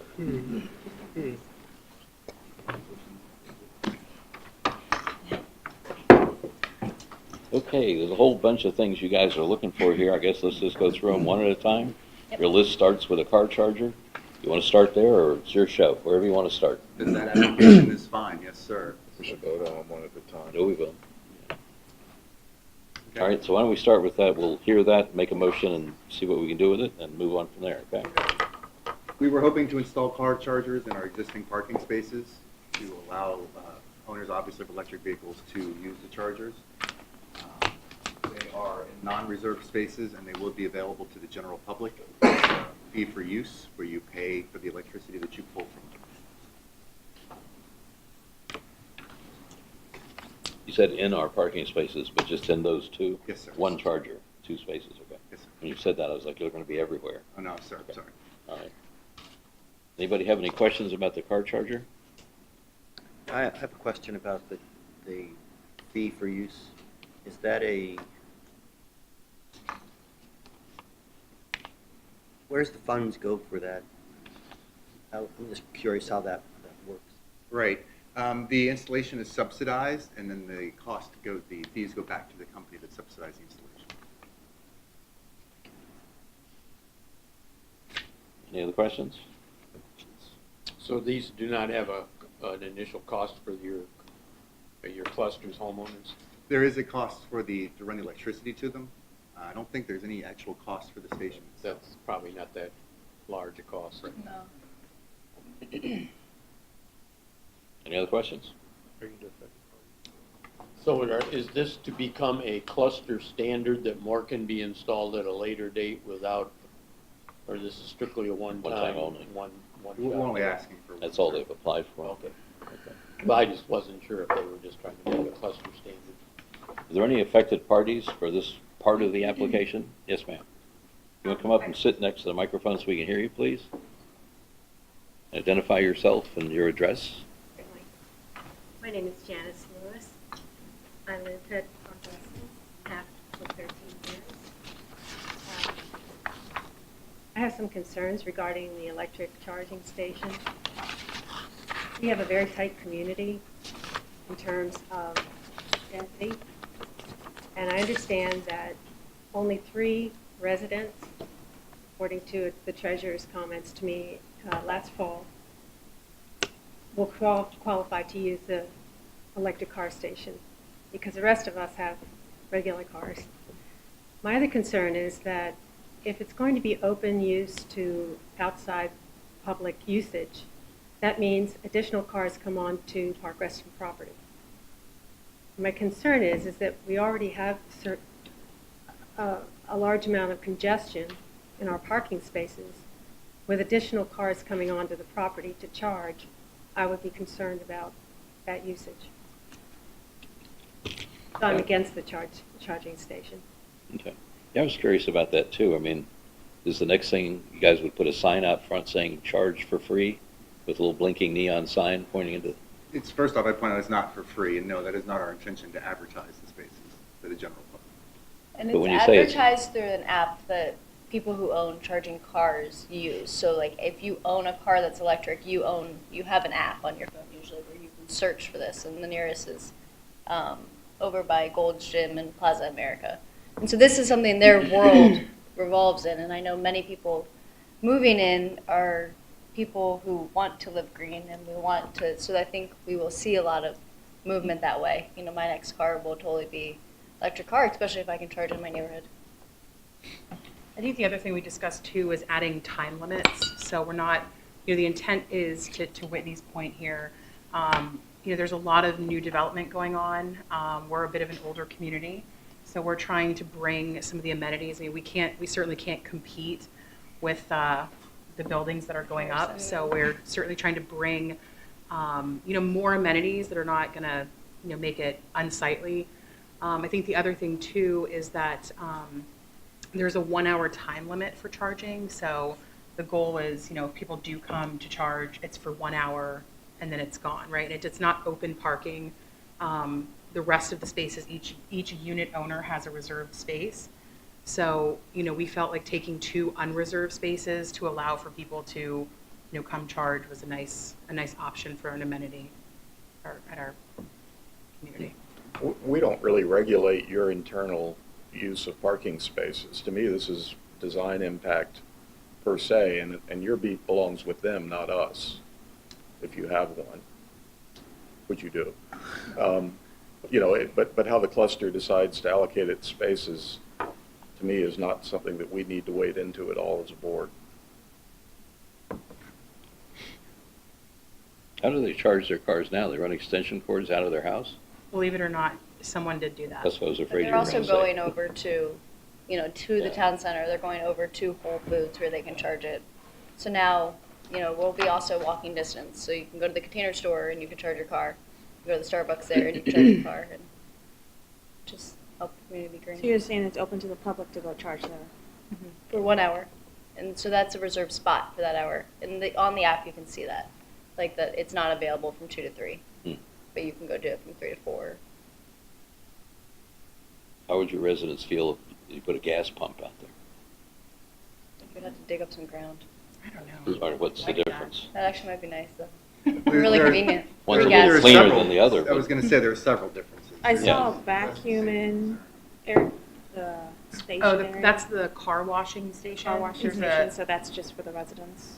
Yes, that's supposed to be for the residents. It's, is there a vacuum there? Yeah. Yeah, there is a vacuum. I obviously don't use it. Yes, car washing station. As part of the electric thing? Oh, no. No, no. No, it's separate. It's already It there. already exists. Pre-existing. Not a ninth application. Should stay. Okay, any other questions? Is there a motion? I'll make a motion, we approve the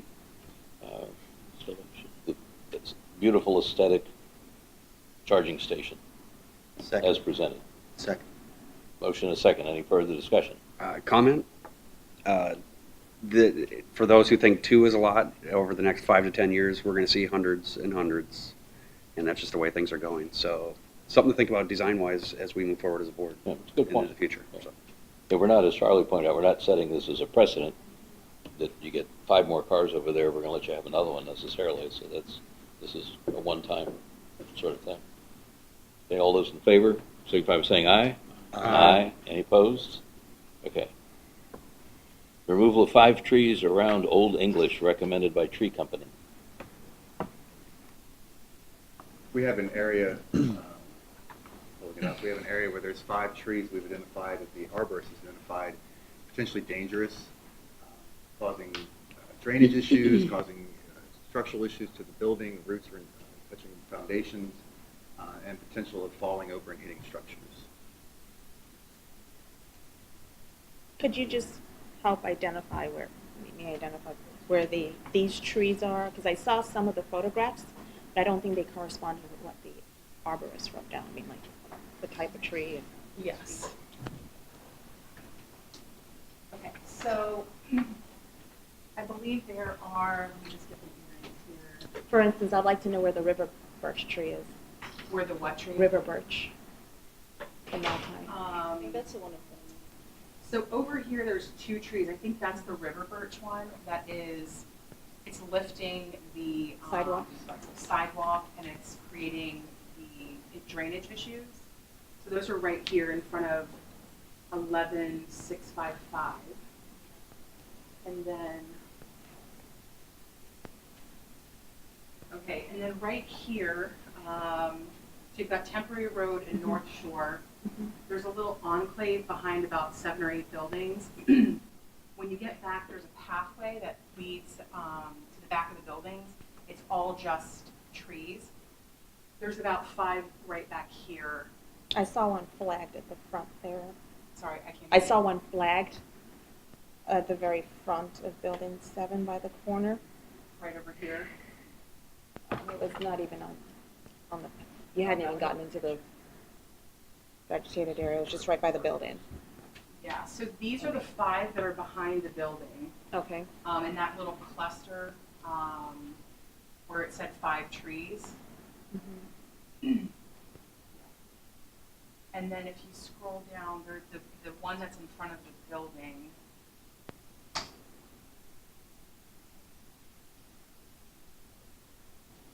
There we go. So this is leading down into the building with the particular tree you were asking about, which is this tree, right? This is the one that's lifting the sidewalk, the pathway that leads into people's breezeways. And what's happening is it's creating a drainage issue. Like there's about, half a foot. I mean, this is your building, right? Yes. There's like There's half a a moat. foot to a foot of water that's just sitting at the bottom of the stairwell. So we actually had 2 arborists come through and give us an opinion on that, on all these trees.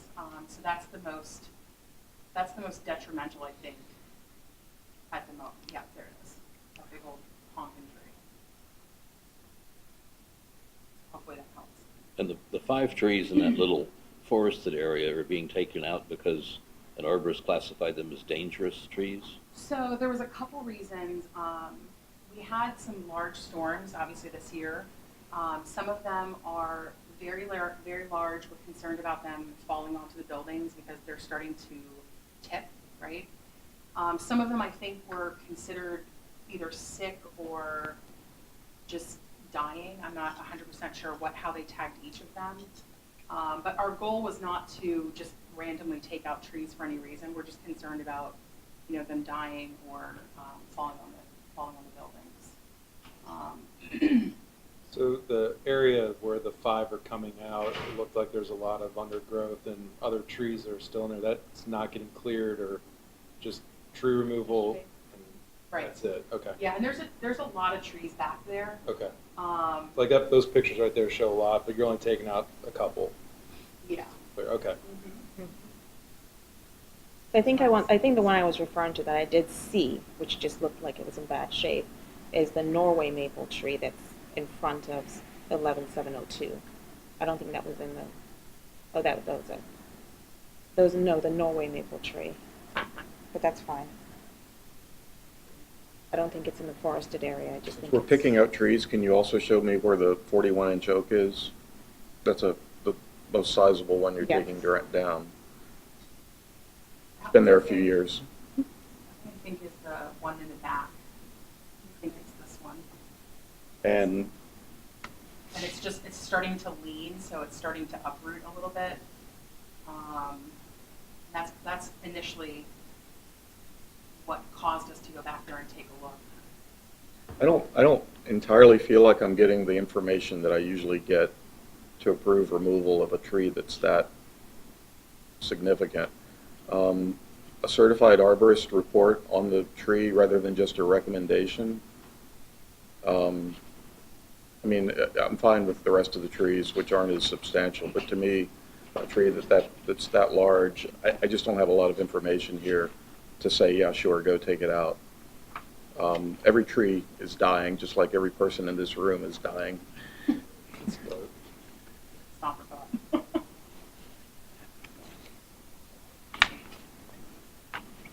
And the affected party? Yes, sir. I see your comment here that you obviously are situated where you're looking out at the woods.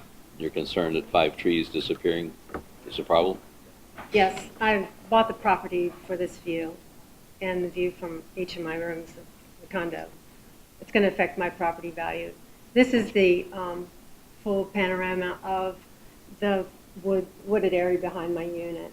And this was taken in the spring when all of the trees were initially red ribbon. And the trees are absolutely vibrant, look healthy. I'm not an arborist, but my recommendation is that we have another independent arborist look at these trees independently.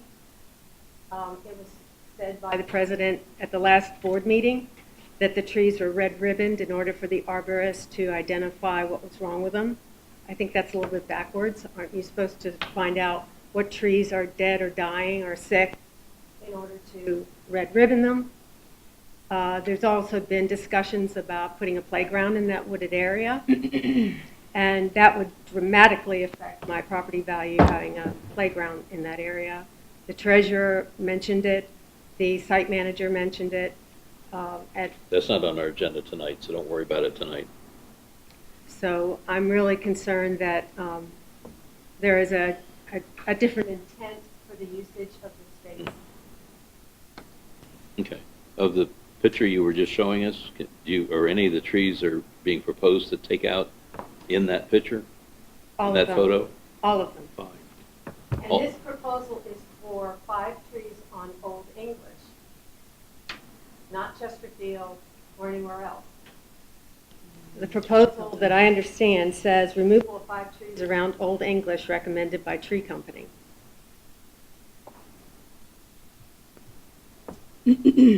So the chunk of trees inside those buildings, is that what's being referred to as the tree removal on Old English? Correct. So the Chesterfield tree is not tree 5 or whatever that is. No, it's 5 trees on Old English in that cluster behind the buildings. Okay, so I'm trying to understand this because one of the trees identified by the arborist is not in that cluster of trees. Correct. That's the one that's in front of, that's where it says 2 trees in front of 11655.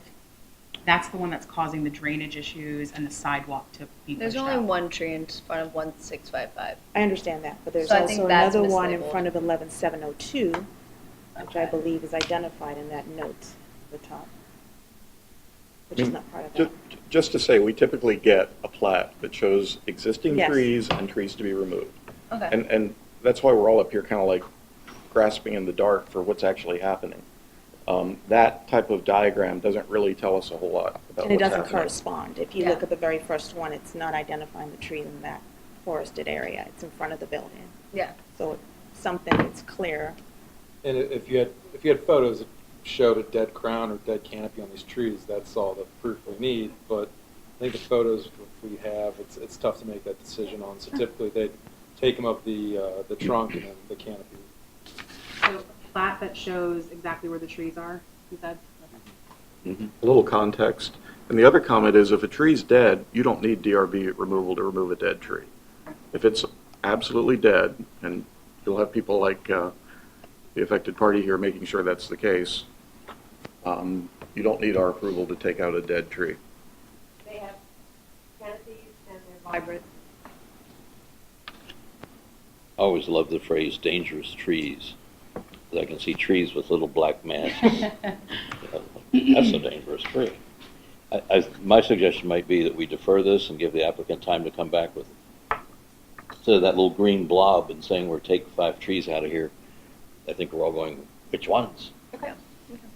So I would make a motion to Real defer. arborist report. I think if we get a site plan showing the trees that are there and the trees that are going, that would be enough, all I'd need. You already got 2 arborist reports, right? That's what I heard you say at the beginning? There's no arborist report in this. No, there isn't one. They're not in the package. They're not in the package.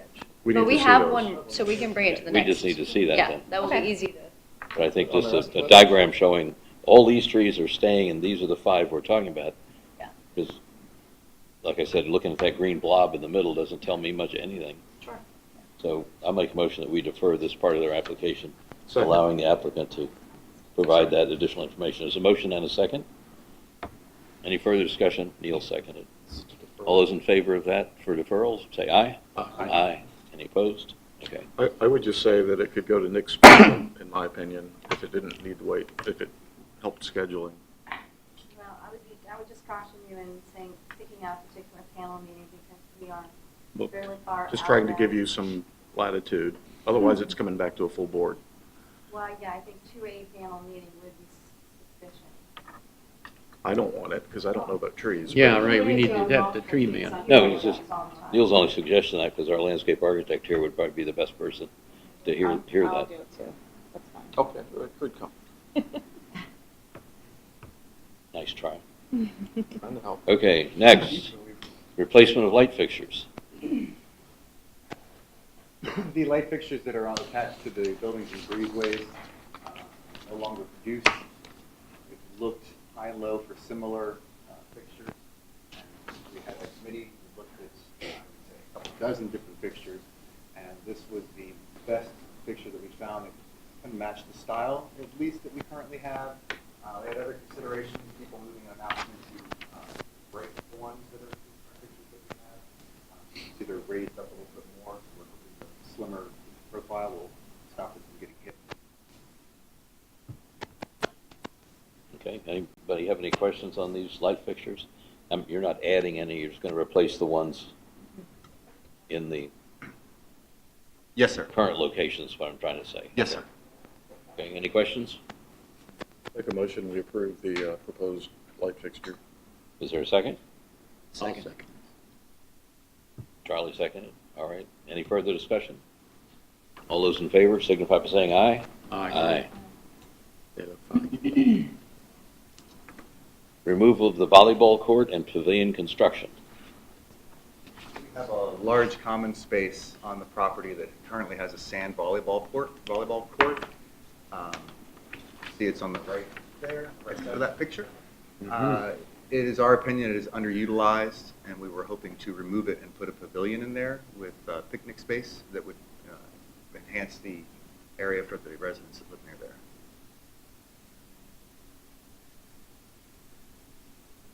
And the grilling area? Yes. That's B. And what's in the grilling area? You're gonna put those, Grill. the grills? There's 2 existing grills already.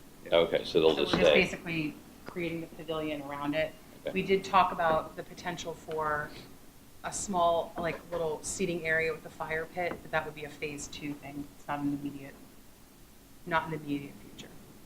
And not on the current application.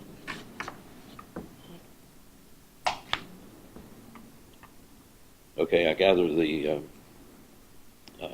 affected party is concerned about the cost of this and what this may do in terms of assessments and property values. We're not normally, well, how is this going to be paid for? It's estimated to cost $100,000, is that right? No, I think the last estimate was 50,000. It's in the operating budget. It's not our purview. Okay, We it's not, budgeted, okay. we budgeted for it in our budget this year. All right, as Neil points out, cost is really not in our purview, so. Okay, and any other questions? Anyone have any other questions about this? May I ask a question? Sure. In your purview, is usage of space equitable? In other words, if there is a volleyball court, do we need another activity instead of a concrete pavilion that is going to be a static structure? The I believe that's in suitability is your absolutely purview. within our purview. I'm sorry? The suitability of the use is absolutely in our purview. Okay. So my Within the question is, context. how do we take a volleyball court and turn it into a concrete pavilion? Well, I don't think that the pavilion's concrete, I suspect it's wood, but I think. Concrete base. The decision to do this is kind of not up to us. It's kind of up to your board or the members of the cluster or whatever we call this. And if they've decided this is a use that they think is appropriate, we can then agree or disagree. As Neil says, that is in our purview. If they put a batting cage out there, for example, we might feel differently than a pavilion. But I mean, in some ways, a use like this, which is, in my sense, a more passive use, as opposed to an active volleyball game with yelling and screaming and so on, that this is an appropriate use. And if your cluster folks here think it's reasonable to have, then that's what we're here to sort of decide. I mean, we can't tell them no, put it in a tennis court or something. That's up to you guys. I understand. We Yeah. reviewed the design of the pavilion. Yes, we do. And they That's gave us about it. the picture of it. Right. Yeah. Anybody, any other questions up here? Yeah, so the pavilion's not custom designed for your cluster, though. I guess I'm not sure if it's the best fit to be complementary to the architecture that's out there is my concern with some of the detailing on the top of the posts. I'm not saying that you shouldn't do a pavilion, but I think maybe the design details, and they're not expensive details, just need to be further detailed some more on this little thumbnail drawing.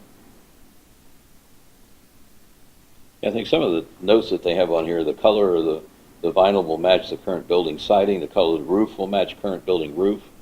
The size is 20 by 36, which is a third the size of this room. It's sort of like just in the area we're sitting here, roughly 20 by 36. This is 34, that's probably about 20.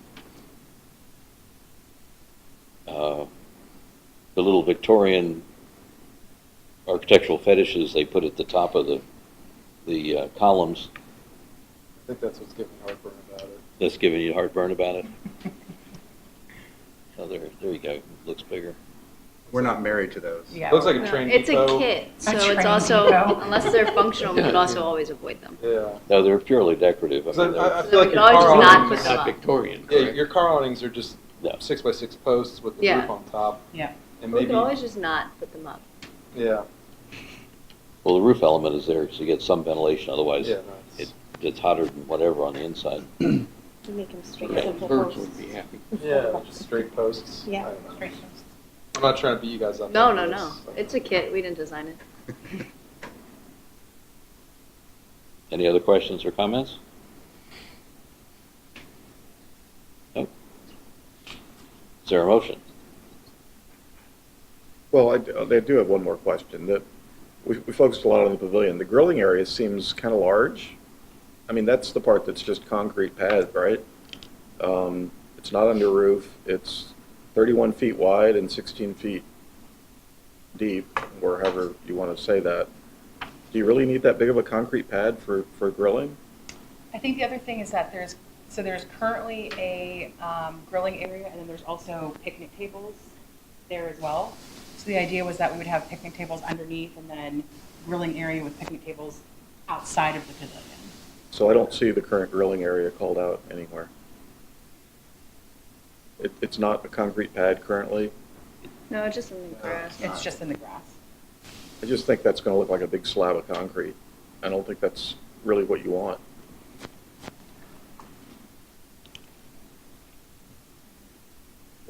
I think, again, we're kind of suffering up here from lack of information because there's nothing that shows us what the grilling area looks like. I think we got a pretty good idea of what the gazebo looks like. But are there grills there? I mean, we need a photograph at least. Is it concrete? Yeah, so you said you the see volleyball court is currently sand, right? Just the layout of Yeah, that she site said- area. That's the volleyball court, Okay, obviously. there's a you see. photograph over there being And then waved the at us. two sort of diagonal are the tables, and right in between them is the grill, or two grills. Oh, just okay. that stick right out from the ground. There's no, So these are both tables here, and Yeah. there's a grill in between them. Okay. So you're gonna put it concrete there, or you're gonna leave it grass? The concept was to put a concrete pad. right. Okay. I mean, it's a third as big or more than the pavilion itself, and it's just a slab. I think it needs to be integrated into the landscape a little better, maybe have some sense of edge plantings. So I think it needs just a little more thought. And maybe it doesn't need to be that big. Mm-hmm. Or should we think about it as all one slab, but the pavilion is over part of it and the other part of it's open air? I mean, right now it shows it as separate with like a strip of grass between the two. Maybe it doesn't want to do that. Maybe it all wants to be one big slab. That'd be weeds. So I'd like to make a motion that we approve the pavilion in concept, but ask the applicant to come back with further study to integrate the architecture, maybe eliminate some of the more Victorian details, and a little more indication of how the concrete grill area will be landscaped to fit into the surroundings. Okay, I'll second that. Is there any further discussion? Any other questions? Actually, I do have a follow-up question Sure. that just sparked. Accessibility to, is there a trail or sidewalk or anything that goes? That's part of what Yeah, the that cost was entails. part of our, also, I think, considerations. We have a sidewalk that leads there right now. Or we have a sidewalk that leads to the buildings. We were going to extend off of that and make it also ADA compliant. Excellent. So that people can get there. So right up here is the sidewalk, and we can put, like, we can really put a pathway here, so it'll be ADA compliant, so it'll be accessible to everyone. Because right now you have to walk up a massive, but like, nobody goes there. So, therefore, it's more important that the grilling area be integrated with the gazebo. That's where I was getting with that. It's also included in Produce a drawing that shows that and the connection to answer all the questions we've asked. Yep. Any other comments? I had a question. Sure. Is there some, I'm not understanding the relationship of the next thing, but there seemed to be part of the same plan, the fire pit? Yeah, that's the second, that's sort of like the phase 2 area as well. I think that's what that other grill area is. That's why that is so big, is so that we'll also eventually build, not this year, but a fire pit to be included in the grilling area. So it's something else you want to do in the future to Area B? Correct. Area B is where there would be a potential fire pit with seating around it.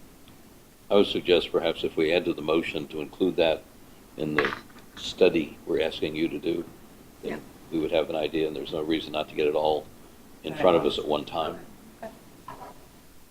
Yeah, we need to have the detail of what it is we're approving in a holistic way, all the pieces. Any further discussion? So we just deferring this one, or we? We're asking for more information and a plan so we know what they're doing, basically. I imagine, Margaret, can you read back the motion? Charlie is baffled. Not enough. But Mr. Birch, you're looking for additional drawings and plans that integrate both the patio and the gazebo in one solid area, and it also integrates better in with the landscape, so there wants additional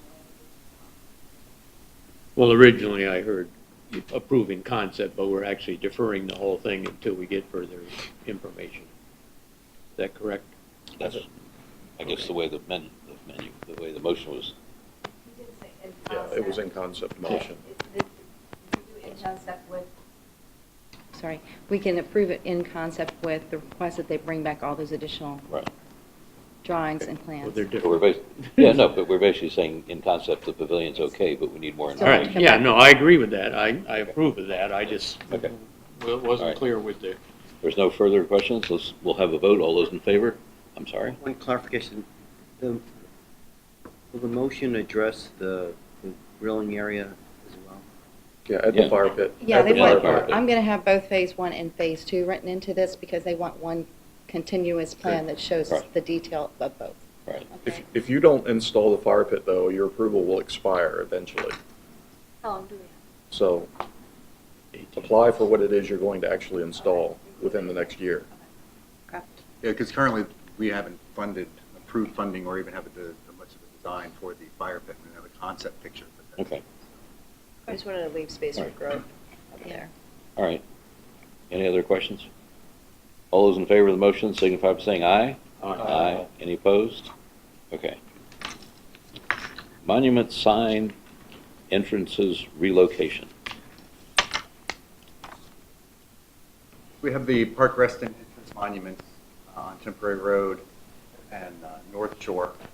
We were looking to just relocate them slightly so we could add additional lighting and landscaping, which I believe is also an application we have before you.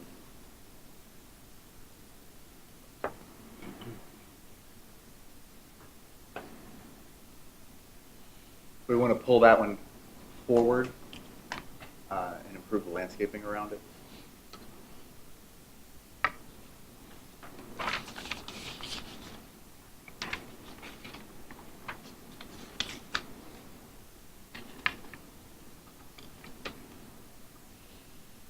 The two monument signs? Yes. I would just say that anyone that knows me very well on this board, don't like signage. I think signage proliferates like weeds. And we also like low-key signage. So in a sense, you've got an older property that has it the way I like it, and now you're trying to catch up with the bad way that we sometimes get backed into. So, I mean, for my money, you shouldn't waste your money on this. Everybody knows where you are. You're right there, Temporary Road. I mean, so I just, I'll vote to approve it if you really want to do it, but I just think it's kind of not really that helpful. Any other comments, thoughts? Jason? Could be your fire pit money. I don't know. Spend the money on the fire pit. Charlie? For one of them, we're just moving the side across, just because the landscaping area is better. And right now, it's just like right on the walking path.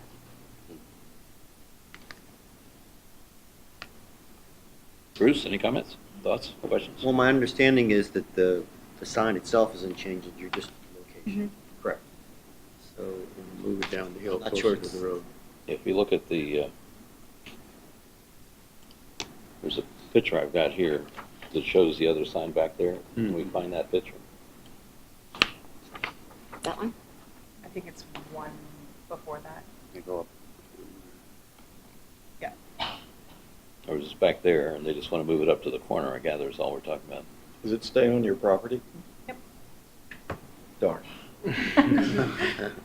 I think it used to be there, and then there's the tree looks like it maybe got hit by a car. And so I'm wondering if at some point they moved it back. But you come in and the Harrison's bright sign is right there. And you tell people to come park Reston. Is it lit now? Is it lit now? It's not currently lit. And you're going to light it if you move it down to the corner? It's a separate application, yes. A separate application? In other words, that's not part of this one? I believe so, Yeah, yeah. it's- I think it's the next a separate application. line item, if you will. Oh, monument signs lit. So not only are they moving it, they're going to light it. Well, I think it should be lit tastefully, of course. Yeah, no colors, Yes. no colored lights. Yeah, no. How are you lighting it tastefully? Front lit. I think it's just 2 small LED bulbs. Shooting up at it? Yes. Kind of diagonal like I have a this. feeling one LED bulb would be plenty, but Yeah, that might be fine too. And then there's going to be trees behind it as well, so like bushes to. at least unpredictable, Bruce. So can we make a motion, we approve the sign relocation and landscaping for the first piece? I'll second. Sure. There's a motion and a second for the relocation and the landscaping, okay? Not the lighting yet, okay? Any further discussion on that? Yeah, I'll just say one more thing. I'm not a fan of the blue junipers on either side of the sign. Again, it's all of this formal, non-natural signagification. There's a new verb for you. Anyway, but Yeah, no, I agree with Neil too, because it's, We'll take one it more organic. yeah, I mean, it's, when landscaping around here, what we try to push is what we call foresting, as opposed to an entrance feature. And this now looks like an entrance feature, whereas before, it was just part of the landscape, it was kind of back in there and so on. So I would agree with Neil in not having such signature plants as those junipers. So like a skip laurel. And I would defer to, Isn't like a skip Nick laurel on on the that. side? Yeah, it's a Something skip close laurel and bigger on the side. texture. I mean, something that's more It doesn't even have to, they can just use the on our list of desired plants around here. I What would would agree you- with you guys that I like skip laurels, if y'all would consider that. They ask said- your landscaper to do skip laurels instead. It's a bigger texture, same form, but they look more natural than these junipers do. Skip, what was that? Skip laurel? SCHIP. Oh, wow. SCHIP. I've been known to review a landscape plat or two. Okay. So what was the motion? Yeah. We don't have one yet. We made the motion. Yeah. Oh, yes, okay. I'm okay with the amendment. But with the motion, when the only thing we're changing is changing the junipers to skip laurel. Okay, any other questions? All those in favor signify by saying aye. Aye. Any opposed? Okay. The lighting, I think I would go along with what Neil had said and go to one LED, then I don't have a problem with it. In natural color, no color. Yeah, lights, no, color lights. not one that changes colors. No, we Yeah, don't. as it pulses. Nope. Any other comments It's on that? okay for the kids at the lake, but Yeah, really. But that's gonna go away. I don't know, I haven't been there after dark yet. Maybe I should stay up late one night Yeah, and you look need to at get it. out more. So I was being a little facetious when I said I'm sure one will be plenty. It's really about the total amount of light, not about the number of fixtures. If you need 2 fixtures because it gives a better lighting pattern, I'm okay with that. I just don't want it to get too bright, is the obvious concern. Yeah. So I don't know. Make a motion. Make a motion, we approve landscape lighting and ask that the applicant keep the lights reasonably bright. And if they're considered too bright, we're going to ask you to do something about it. And tend toward the 2,700, 3,000 range. Okay. Nothing cooler than 3,000 K. 2,700 preferred. I'll second that motion. Any further discussion? All those in favor signify by saying aye. Aye. And last but not least, security cameras.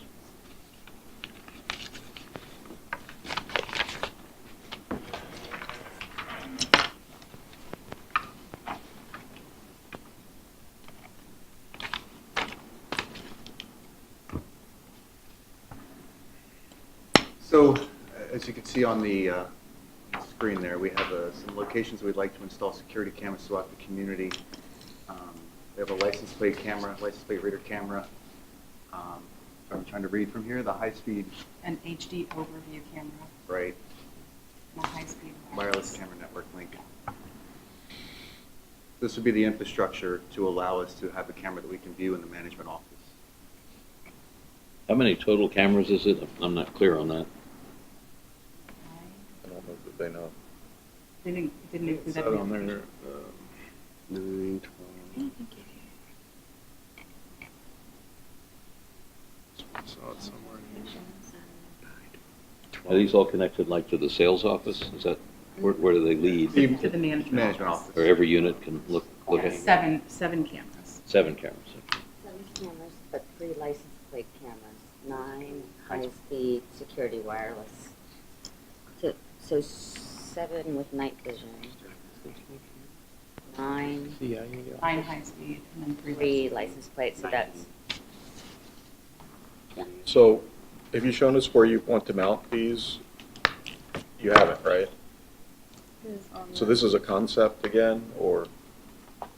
I don't know if we actually identified the locations yet. I think one of the challenges we have on our property, oh wait, there they are. I think it's a deferral. I think it is too. Oh yeah, they are. Put it They're in numbered 1 through 20, is it? So we're going to need to know more specifically where they're going and what that looks like. Make a motion, we defer the security cameras until we have specific application locations to look at. So we'll need like a little picture showing where you want to mount them. Okay. I'll second that motion, but I'd also like to add that we need to do things like all the wiring has to be concealed, so we don't have conduit running up the side of buildings and things like that. There's a motion and a second. Is there any further discussion? It's for deferral anyway. Okay, all those in favor? Aye. Any opposed? No. Okay. You want to add anything else to your list while you're here? Wow. Okay, thank you all. Thank you so much.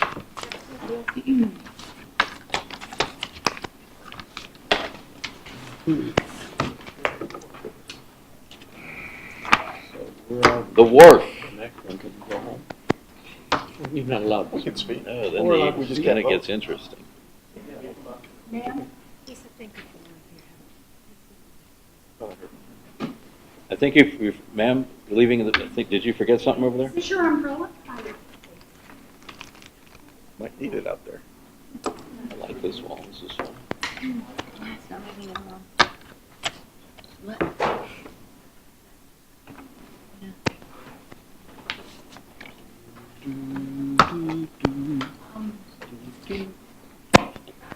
Hey, how are you? Haven't seen you in a while. You're on the wrong side of the table. Jorge. It's time to. It's I'm time the to. reason you're here. Evening, everybody. Hello. Introductions first. Sure. Why not? Mark Beckett, Cluster President, Wharf Cluster Association. Gail Berzickley, as Secretary of the Wharf Cluster Association. Neil Gauze, I'm just Wharf Cluster.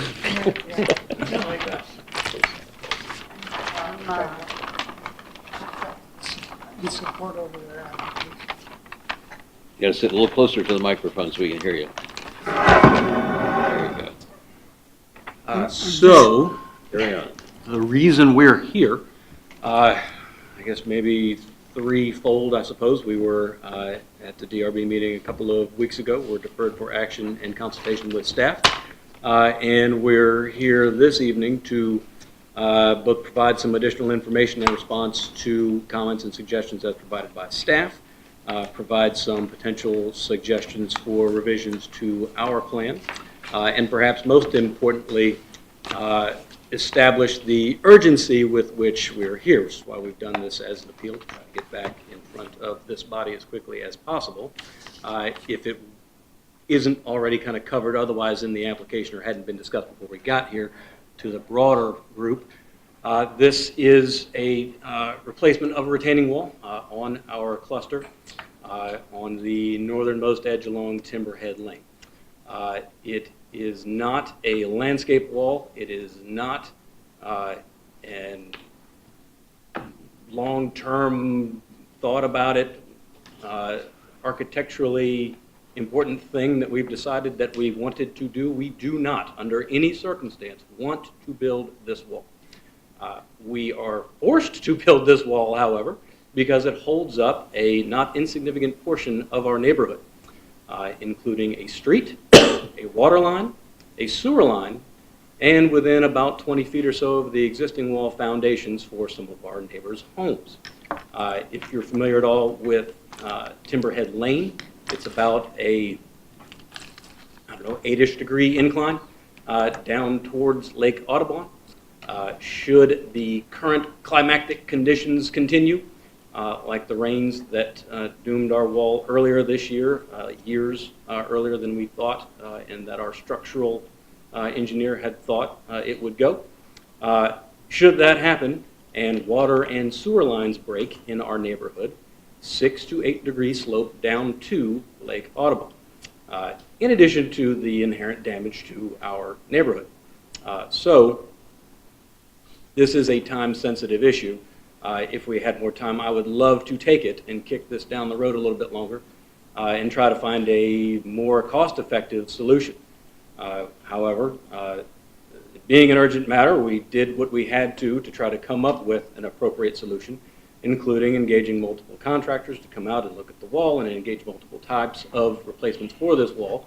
And while it's technically possibly feasible to build something other than a segmental wall like the wood wall that it is, none of those solutions actually provide any type of real long-term solution to the structural issue of holding up a road and supporting a water and sewer line and those foundations behind it.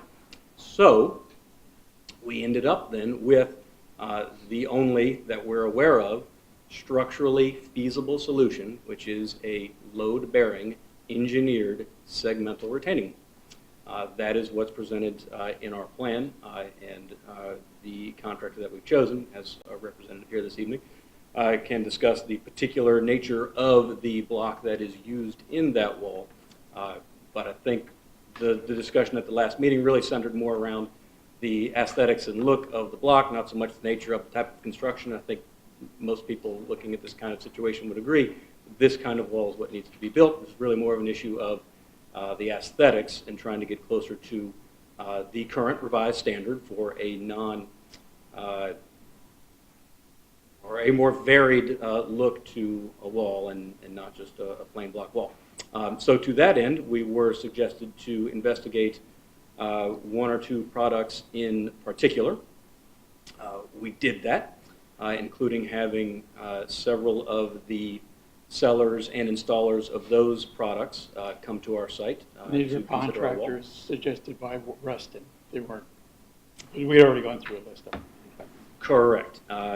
And so far, the entirety of the opinion of the people who sell and install the kinds of block that were suggested that we perhaps investigate are that those are landscape use blocks. If you go on the website actually for the one that was suggested to us at the last meeting, you will see that it is not recommended for uses over 4 feet high. Our wall goes to over 8 feet in some locations.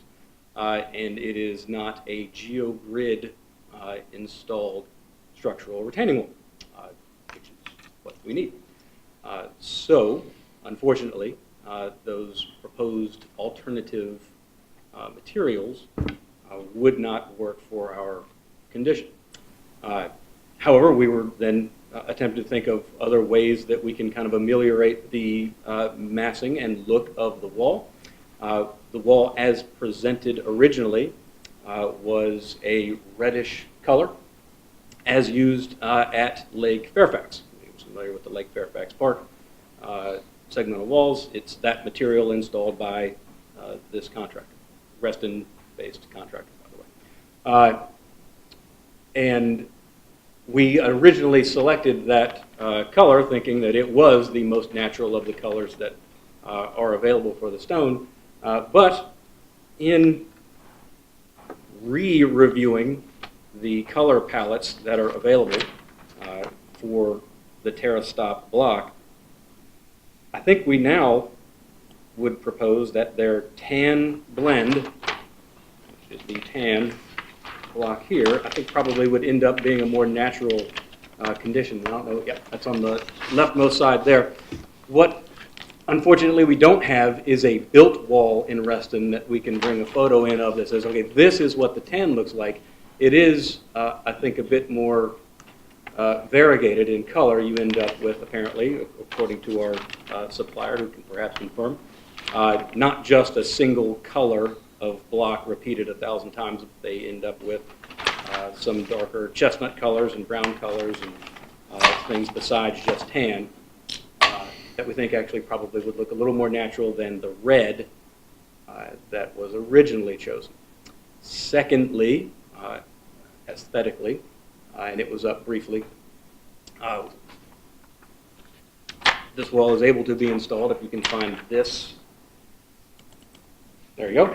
Top left corner there shows a random block installation where both smooth and rough faced blocks are used in a random pattern to kind of randomize the look of the wall. We don't personally think that any of the others are necessarily an improvement to the design versus just a uniform type of wall, but the random perhaps would involve some additional character to the wall. Is the picture that's in your application what that would look like? That one? So that is a particular installation called Ashlar. correct? Ashlar. The Ashlar Ashlar interpretation. And it uses, in addition to the approximately 8 by 10 blocks, the 12 by 12s, and that you can see also has both smooth and rough faces in use in the block. In, again, a randomized pattern. If you had brought this into the last meeting, we would have probably approved it. I wish we had this photo for the last meeting, but that's why we're here. This is an appeal, just to remind y'all. See, I don't know why it's an appeal, because we deferred it to do this. So it's not really an appeal, but that's just my opinion. That's the only way to get it into you quickly off this meeting. That was my approach. That block, by the way, increases our costs by 10%. We got it. So we've got it. Oh, you got it. I'm not surprised, because it looks 100% better. Yeah. This is a wall that cannot actually be seen by anybody that lives at the wharf. And the house it faces doesn't have windows on that side. But I'm sure anybody walking by it will appreciate the extra $6,000 we put into it. Yeah, let me just, if this is an appeal, I think our attorney. we got it, we said got it. something. We can handle appeals, we've done this before. We can do it that way. He wanted to add. If this is an appeal, we need a motion to grant the appeal, and then we can discuss what we're talking about, okay? I'll make a motion that we grant the appeal so we can hear the case again. Is there a second? Second. There's a motion and a second to grant the appeal. All those in favor? Aye. Any opposed? Well, I can't vote, I suppose, but I just want to say for the record again, there's nothing that's being presented that's inconsistent with what our panel said to do. So the new information is this. That's the new information. But if that new information is just saying that they have explored it and now they want this, Right. so they could So have you gone to. didn't see this before, It could have been right? deferred or. No, but we asked to see. And correct, we did not have that photograph. Exactly. So that- Okay, staff treated it as an appeal, Yeah. but it's not. I understand. All right, so we're, on the basis of this new information, we're granting the appeal. Okay. Fine. Now, we're hearing what you just had to say. You don't have to repeat it. Sure. We got it. Okay. Is there any discussion? I guess, can the people who are on the original panel not vote now, or they can? They No, it's cannot. an appeal, They so we cannot. can't vote. Okay. But if we could, I would approve it. Yeah. Who was on the original panel? Grace and Charlie.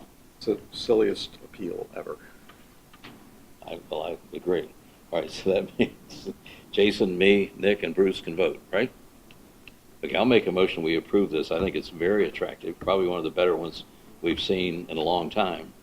So I'll make a motion that we approve this along with the plan that you're talking about. It varies in height from, 1 foot to 8 feet or whatever it does, and get on with it before the whole thing collapses. I agree.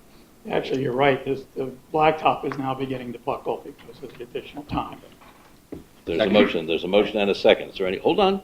I You're just about to wanna- get an approval. We're getting You're what we about to want, get an Neil. approval. You're right, I always talk to you. Go on. It's all right. There's a motion and a second. Any further discussion? All those in favor signify by saying aye. Aye. And abstentions, we have 3 abstentions from the previous panel. Okay, thanks. Thanks so much. Thank you. Thank you.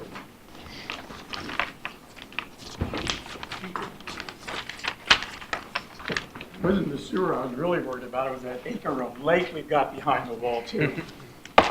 That going Good down. luck with it. I hope you get it fixed. Sounds like it's raining again out there. It will thunder, possibly rain. Is that thunder or jet taking off? I'm trying to figure that out. Really, Oh, it's you a don't little get to go both. home yet, we're not done. Oh, I just got to organize my thoughts. And then I'm going to go. We wouldn't do that. Does anybody need to take a bathroom break? We can pause for a couple minutes. Sounds like the board. No, I'm the chair- fine, I'm fine. The chair is making it. I'm fine. Nope. Okay, we'll continue on then to the cluster standard meeting procedures. Right, that's next. Well, I guess I'll start. The last meeting we discussed it, there was a motion on the table, it was discussing about 4 p.m. start.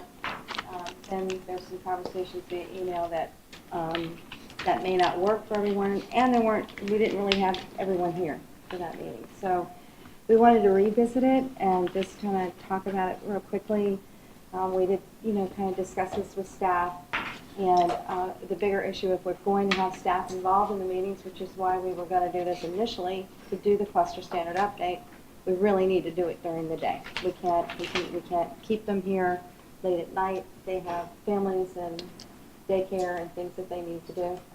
So that's one of the big important things about that. Yeah. Again, keep in mind, we're also trying to push through some of these applications a little quicker than what's currently happening. We're maintaining just under that 60-day mark, which that's what we're required to do, but we're sketching on the outskirts very, all the time. So we're trying to come up with a proficient way of handling this. The other side of that, too, was Ann and I had discussed the opportunity for changing the application slightly so that the applicant could opt out of a DRB meeting if they wanted to, because we often see a lot of responses from our surveys that they really don't want to attend the meeting.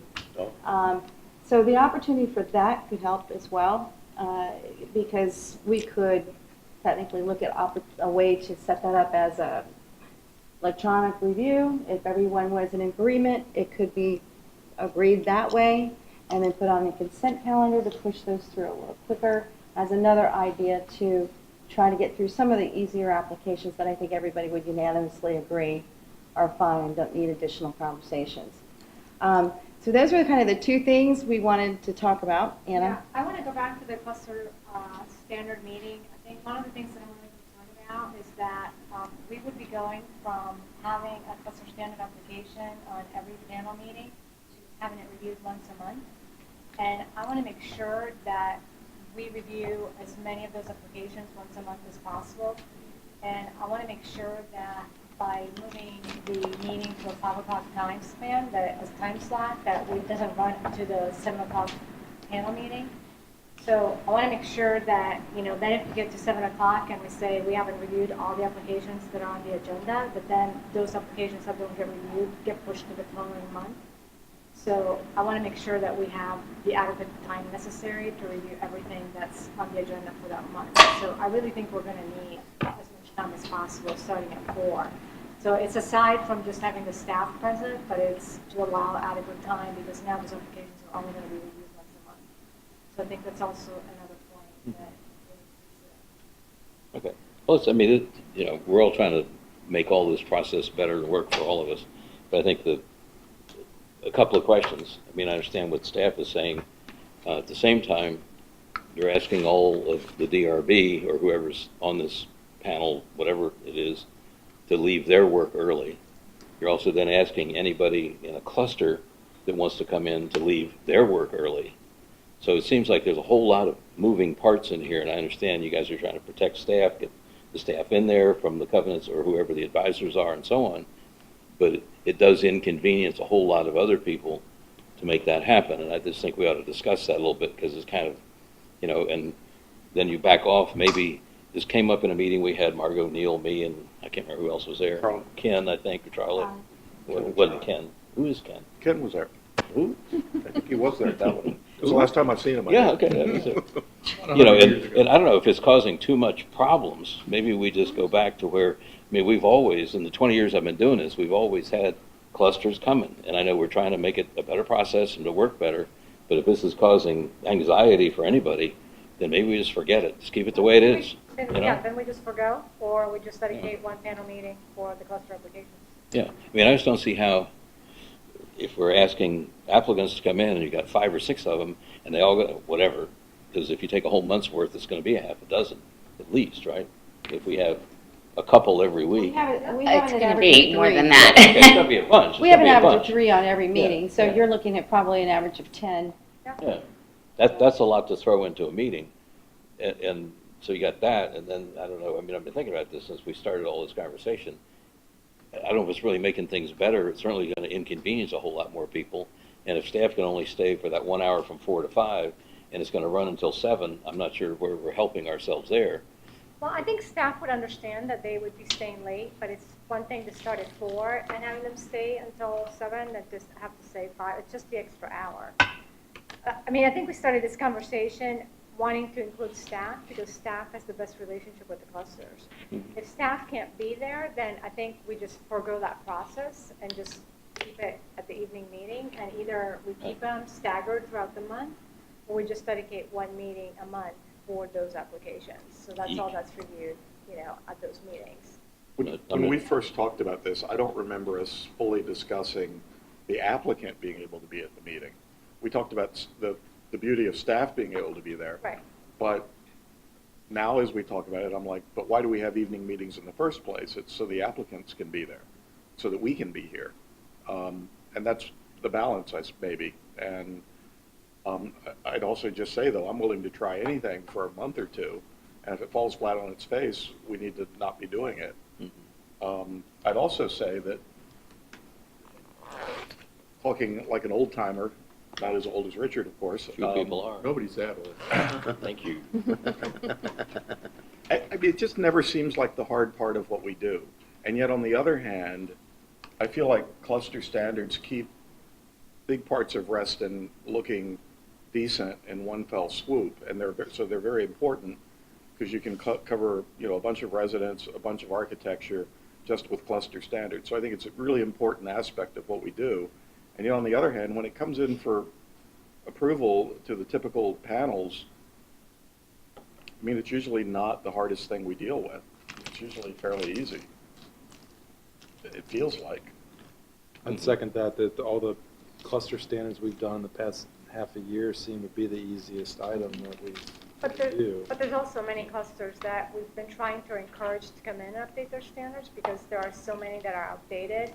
And what we've really been trying to do is to encourage them, to give them an easier process because they're not updating them and they're not, And you think it's going to change by having a 4 o'clock meeting? I'm sorry? You think they're going to be more anxious to come in and talk because it's a 4 o'clock meeting? Is that I think if they're seeing that there's something that's specifically tailored for that process, that it might help. And it's not to say, I mean, I don't know what I don't have a crystal ball, but I do know that whenever we set up meetings with the clusters, whether it's for a cluster walkthrough process or whatnot, cluster board members come in during the day without any difficulty. So, it's not to say that they only come in the evening. So they're obviously available because a lot of times the ones that are doing this process for cluster updates or cluster board members are available during the day because they're either retired or they're just, I don't know if they're working from home, but there are many who are available. Can't they still go to the evening panel if it had to? Sure. I'm sure they can. Or was this more for staff to be present, the cluster, I the think covenants? it's both. I mean, I think it's just to facilitate. I think the reason we brought this up to begin with is because we wanted to add a meeting to pull the cluster standard applications out of the current panel meetings, and we can't add another meeting during the week. There's just not another meeting to be added for another Tuesday. So we figured if we added a meeting, this would be the time slot to add it, in addition to the current meeting load, so to speak. And, remember we did vote to make the change to it being a consultation review now instead of a panel review, which means we have opportunities there electronically that we didn't have before. So I'd like us to consider that, and because they don't have to be in open session meetings anymore with a change to the design guidelines once they've gone through their final approval. So how can we incorporate that change and make that a little easier of a process for the applicants and the clusters? We're going to work internally on trying to come up with a worksheet, so to speak, to ask the questions so that they know what to include. Oftentimes they really don't know where to start, So we can help with that part, but how can we help as a group to do this more as a consultation type of review, but keep those ones aside that we really need to look and sit down with and look at color matches a little more closely, or, you know, how can we handle that? What if there's every 3 months there's a special 4 p.m. meeting that we can schedule around so that the people that want that extra care could have it instead of making it a monthly thing? I don't know if that solves this or makes it even worse, but it's only 4 times a year that you'd have the special one. But if people feel comfortable coming to a panel meeting, they're more than welcome to get on the agenda. Yeah, I think you know, oftentimes when they do it, they do more than one thing at a time. I mean, because they're going to take the time to put the application together, come to the meeting. They want to get as much bang for their buck as you would by doing all that. They consider that time consuming. So, you know, how do we take that time consuming aspect away so that we can get them to update this more often? I'm not sure necessarily address staff being present, especially when we're talking about a cluster coming forward with several things. Right. I don't know if we'll be able to get another cluster in before that, in that 1 hour window. Well, we still look at those when we're putting them on your panel agendas anyway. At least we try to kind of determine how long we think that review is going to last based on the content of the application. So we're having to juggle that and maybe kick somebody else off that agenda, you know, with an addition to accommodate for the additional information in that application. You see what I'm saying? So we're juggling your agendas to make sure that we're not going to be there till 10 o'clock at night for a panel meeting. What, just a question, just looking at this, looks like there are 4 fifth Tuesdays this year. I know, sorry. Not giving up on Fifth No. Tuesday. But hold on. But if we did that and had sprinkled them in to panel meetings, could we, I gather what we're trying to do is to alleviate some of the pressure on you guys because you get buried. All right, so if we did a fifth Tuesday meeting, it only takes 2 because it's consultation. Right. Okay, we could probably somehow get 2 of us together to do that fifth Tuesday, so that takes care of 4 meetings. They're not quite every 3rd month, but then we could sprinkle in some, we got to get this quick, okay, put them on a panel. I mean, something like that might work to where it's just another DRV meeting. I don't know if we would be able to accomplish that this year because the conference center is already booked for the rest of the year, but it's been hard just to get additional meetings Yeah, scheduled. and come to my house. But I think, well, that's fine. If you want to have them there, that's more than happy to come there. I think that's something that we could consider. We could consider that for 2019. I think it would be hard to add meetings in just for the conference center reservations. Mhm. We could look at it, but I wouldn't want to guarantee that for availability of the conference Yeah, center. I mean, I don't mind what Neil said if it's something we want to try. I mean, I'm all for working at the convenience of staff, but we're also inconveniencing the DRB and all the applicants. So I think we got to think about that to me, that's part of it. I mean, that means whoever's doing this has to leave work early. And then what do you do if it's over by 5:30 and it's, say, at one point we talked about having this be before full board, so it's once a month, is that right? It's not every week, I don't think. You're talking about doing it in front of a panel meeting once a month. Rotating. I dropped some calendars in your Dropbox, which you can look at later, that'll still be But it's in still there. only 1 meeting a month. And I highlighted that Tuesday every month by rotating those panels, so that rotated through all of you, to give you an idea of what that looks like, even though the 2019 calendar hasn't been approved yet, it's just sort of Okay, draft. but it's still only 1 meeting a month. It's still only, So it would could be- conceivably be before the full board, just as easily. And we can rotate people, not necessarily the meeting. I don't know, just asking. Yeah, I don't think, from our standpoint, it matters what week, it just matters the time, so we can accomplish enough to make a difference. Could I ask for clarification? We get different kinds of cluster standard requests. Some are big, some are just one-offs. They want to change the light fixtures for their standard, or one aspect of it. And are you distinguishing these things? Because those one-offs seem to me to be things that we could address perhaps more easily than set up separate meetings just for them, and include those. Maybe that's the consultation, just to include it in consultation because those are very usually quick, and quite frankly, sometimes they don't even show up for those. Correct. So all I'm saying is they're Or not seem all. to be one item, they want to change the light fixtures, Right. or they want to add architectural shingles, or they want to, and, you know, it's pretty much of a gimme. No, but this is what I said earlier. When it's a standard, you know, that carries so much weight. It's done. They don't have to show up ever again once it's a standard. So we should have done due diligence. However simple it is, there's still due diligence, and I don't want to give it short shrift just because it's easy, not have looked at all of the situations. I mean, I take these cluster standards very seriously, even though they tend to go through panels pretty easily. You know, we're telling clusters what they can do. We're setting standards. It's a pretty high authority that we wield, and I think it needs to be done consciously and collaboratively if possible in the same room. I don't really like doing it when they aren't there, much less doing it electronically. That's just me, though. Mm-hmm. I think one point of clarification, at that meeting we discussed having it could be consultation, but it wasn't the same consultation as one of us coming in and meeting with staff. We had to have at least two It was DRB permits. So it was That's you But know, it consultation doesn't with an asterisk. But my point is it being consultation, just by the way the deed is written, we could accomplish that other than an open session meeting unless I've It's missed the way it something. was rewritten in the resolution. Yeah. We, So But our that just understanding opens up some opportunity there. It doesn't have to be an Right. open session meeting. Okay, but it was, just for clarification, it was different that staff review, consultation with one person, this is super consultation with two members at Standards least. don't have levels of review. They have Okay. one. No, but we do, is what I'm saying. Yeah.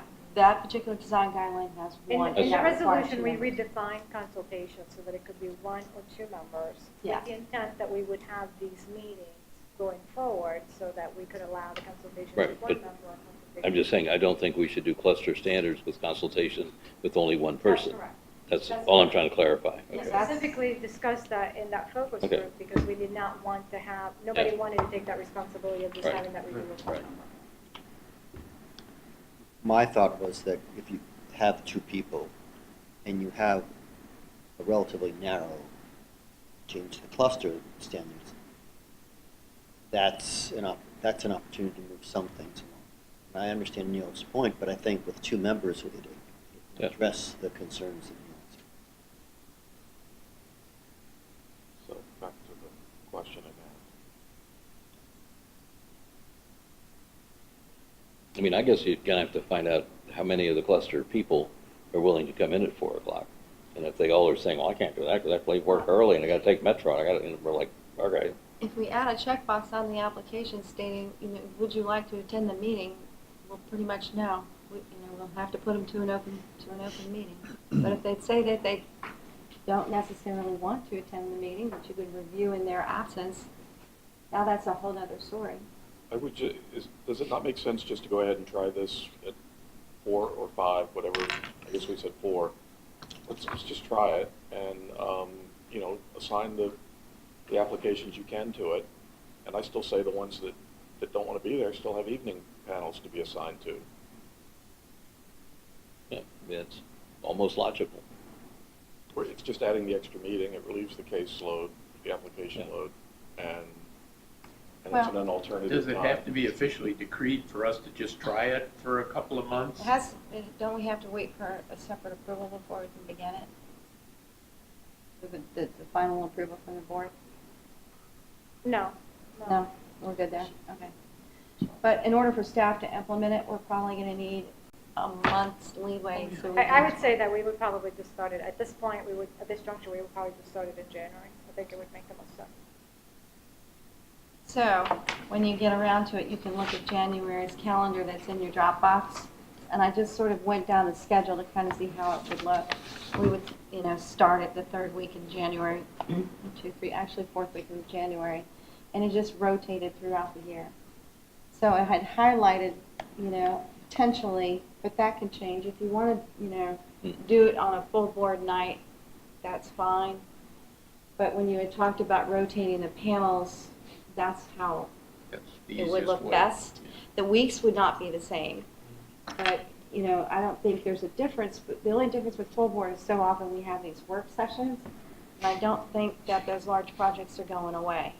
So we would only have till 6 o'clock feasibly to accomplish that meeting if it was in front of a full board meeting. If it's any longer than that, well, that makes a very long evening, I'll just It say that. really does. I mean, I was thinking tonight, wow, it's only 8 o'clock. That clock's fast. Right. Well, just out of curiosity, I mean, just like the first one, January, you've got the blue panel doing it. And then a week later, you got the red panel doing it, because I know you're trying to move around, but it's I'm only. just trying to move them now, No. and I don't think the clusters care what week it is, because it's a standard, it's not, you know, a project. It's too late, I'm having trouble understanding your schedule. What am I No, if looking it's at? yellow, that means you come in before the meeting and do the 4 PM meeting. And it's only one person per month? No, it's the 2 people have to come in. 2 people from that panel have to come in, right? That's what we're saying. Why is Jason's name highlighted? Because he's the lucky guy that gets to start the year, and it's going to be Ken, Jason, and I'll probably be subbing, okay? So it means we'll have to come in, and then on the first Tuesday, The lottery winner. Grace is also doing, consult, but it also means that, and that's you, right? You guys. Sorry, I'm still dense, I'm not sure. No, what if I'm it's looking at. yellow, means you do the pre-meeting meeting, that's That's all. right. That's simple. It just means 2 people from that team, and Have we to haven't come in even at 4 determined o'clock. who's available at this Right. point. As long as drinks are served at 6, I don't care, that's fine. I'm not kidding. I get paid something. Um, Yeah, my only comment there was, can you guys get ready fast enough with that if? January on- 1st, I think so. No, on January 22nd, Mhm. and then 10 days later, you've got another one. Oh, yeah, because we cut it off internally well before that. So we're going to be we're already filling up October panel Okay. agendas right now. Because in March and So it would April, be there's. the same thing. Okay, because March and April, there's 6 weeks between the special meeting. Okay, that's fine. I think we can fill it up. I think we're going to have to limit it like we do the other panel meetings. I'm not following this calendar, I've said it 3 times, I still don't know I can what's explain it happening. to you, it's Is easier. it the same time each month, or is it jumping around each No, month? it's jumping around. So January, whoever's on the blue panel, 2 of them have to come in 3 hours early. So in again, February, why is whoever's on- Jason's name highlighted? Nobody Because he else? has. Sorry, No, I it's don't not appreciate Jason. the No, laugh. it's the panel. So why I mean, did you do that Excuse then? me, he's got consultation, that's why his He's name got is there. consultation His name's in on that that slot week. because For that's the consultation. consultation But the slot. yellow is cluster standard meeting. That's That's just right. double duty. Coincidental. In other words, he's doing consultation for the blue panel. Yes. The blue Just panel trying is also doing the special meeting, that's all Okay, that's so if saying. I'm understanding Over this here, correctly, Grace is doing consultation, and the red panel has to send 2 people in early. This is not hard to understand. It's a poor, but never mind. so if Go you're ahead, she doing can the do. consultation, sorry, clarification here. If you're doing the cluster standards, you're also doing the panel meeting that night? No, the 3 of you have to Only if- figure that out. Only if your consultation name coincides with your panel color, then you would be doing both, I would. Well, that's something we can all decide if we want, like, if you're, like Grace is doing Right. consultation in February, the other 2 members on her panel should probably be the 2 that come in at 4 o'clock, just saying. That's not what this says, but it doesn't make a It's difference. just a draft. Yeah, This yeah. hasn't Have a been- couple Best months mechanism to to- actually decide. It doesn't have to be that way. Yeah, but you have this a is couple just a months to draft. actually Right. decide. In other words, when you meet in the previous month, you can say, hey, I got consultation next month. Who else is on your panel? Neil and Charlie. Yeah, So that means Charlie. you 2 would probably come in for the 4 o'clock meeting because Grace is doing consultation. We would want it Separate. planned like this Yeah. in advance and Yeah. approved I and don't all think of this is that. the way I would do it. I hate to think how you would do it. That's kind of how you were discussing it last time, but keeping it on the same day you had to come in for a panel meeting. Right, That right. was the easiest approach to doing it. If you're all here, just stay longer. It's just gonna be It's a a little long more- night, once every 3 months. Yeah, that's. Right. Every time That's you- what yeah. happens. Every time the bottle points in your direction. Right. Yeah. Now, which, by the way, most of you aren't coming in for consultation too much. Now, you haven't had a chance to do it, so you may want to come in a little bit. But most of you aren't coming, and I love the fact they're getting done in advance of Tuesday. As soon as they get approved, we're sending them out. So that's turning things around a little faster, too. So we're trying to get them out to you no later than Thursday before that deadline, that day you're supposed to have them done. And oftentimes we're getting them approved pretty quickly, so that's helping. So thank you for that. But again, you're not always coming in for consultation, unless you want to. How come Jason gets consultation twice in the first 4 months, Did I get you? Well, and Grace gets Sound consultation jealous. twice in the okay, first 5 months? here's how, I just rotate through the panels, you know. Just don't bother. And then your Don't full bother, board sorry. week has to rotate through all I 9 of you. That's the way understand. that has been set up. And he's new, he deserves It's it. never meant for the new Guy, person what to the get heck, he's picked got a on, lot by of the way. energy left in him. Yeah, really. I'm pretty sure it's been this way for 15 years. I grew up as the youngest brother. and How come Jason? How come Jason? So, Give it to Jason, he'll eat it, right? Yeah, So- right. and I did. Yes. And if you get stuck, All right, so I guess what we're saying is we'll give it a shot in January, and if it doesn't go well, we'll not do it. Yeah. Let's see how it goes. We ought to give it a couple months, but. Yeah, give it a 3-month Do follow-up. we need to have a motion in order to make a change to the application at this point, or can we just go ahead and add checkbox? The application right now will have to go through, it's included in the resolution, so we'll have to amend the resolution. So it'll have to be brought, yeah, we'll make the change, we'll bring it back in September, Okay. and then it'll So have to what go to would the this board. checkbox Okay. for, to say, do you want to So they attend can or opt not? out. They Or wanna can opt you out of the attend at meeting. 4 o'clock or not attend? Yeah, or- it'll be for all applicants. It'll be all applicants. Okay. Just out of curiosity, instead of going through all this resolution stuff, can we just say the meeting on that night starts at 4 o'clock? And then it's not a big deal. We can change the time, we can make the time anytime we want. Well, it's a twofold thing. Right now, the application is part of Resolution 8, and what Tony and I discussed is that we want to be able to make administrative changes to the application, even if we discuss it with the DRB, without having to put it through a resolution change, Mhm. since it is such a big process having to do that with the board. So we want to detach the application from the resolution. So we want to amend the resolution so that we can detach the application from the resolution, because it really should have never been attached from the resolution. That's a lot of words. What I'm trying to say is, why couldn't this happen the same way the meeting tonight did, where we started at 6 o'clock because we decided to start at 6 o'clock? Why can't we start at 4 o'clock without going through all this resolution process? Just not tell anybody. Well, it's not, you don't even have to tell anybody. Right. We can decide to start at 4 o'clock, and there's no resolution, no change administratively, we just start at 4 o'clock. Why can't we just do that? It's simple. Well, the meeting We time. did it tonight, we started at 6 o'clock, Or we is the changed the meeting time resolution. on the calendar and everything The else? meeting time doesn't affect anything. Yeah, that's what I'm saying, it's just start at 4 o'clock. Yep. It just happens to be consultation. Yeah. I don't know, I'm just trying to keep it easy, you guys, let's not overcomplicate this. That's something different than what we had mentioned about the application. Well, we got until January to straighten it out. Right, and then we'll just do a couple of agendas, and we may test the waters on that consent calendar idea too. Just think about it, if they've opted out, and you, all 3 of you on your panel look at it and can approve it in some fashion, we could just take the applications, put that aside, and those just get approved down, and we get 3 or 4 done at one. A separate consultation for the people on that panel. Yeah. If there's some real So, easy ones, we could do something else that. to think about Okay. for later. All right. Need a motion to adjourn? So moved. Second? Second. All those in favor? Aye. Jason, nice to meet you. Yeah.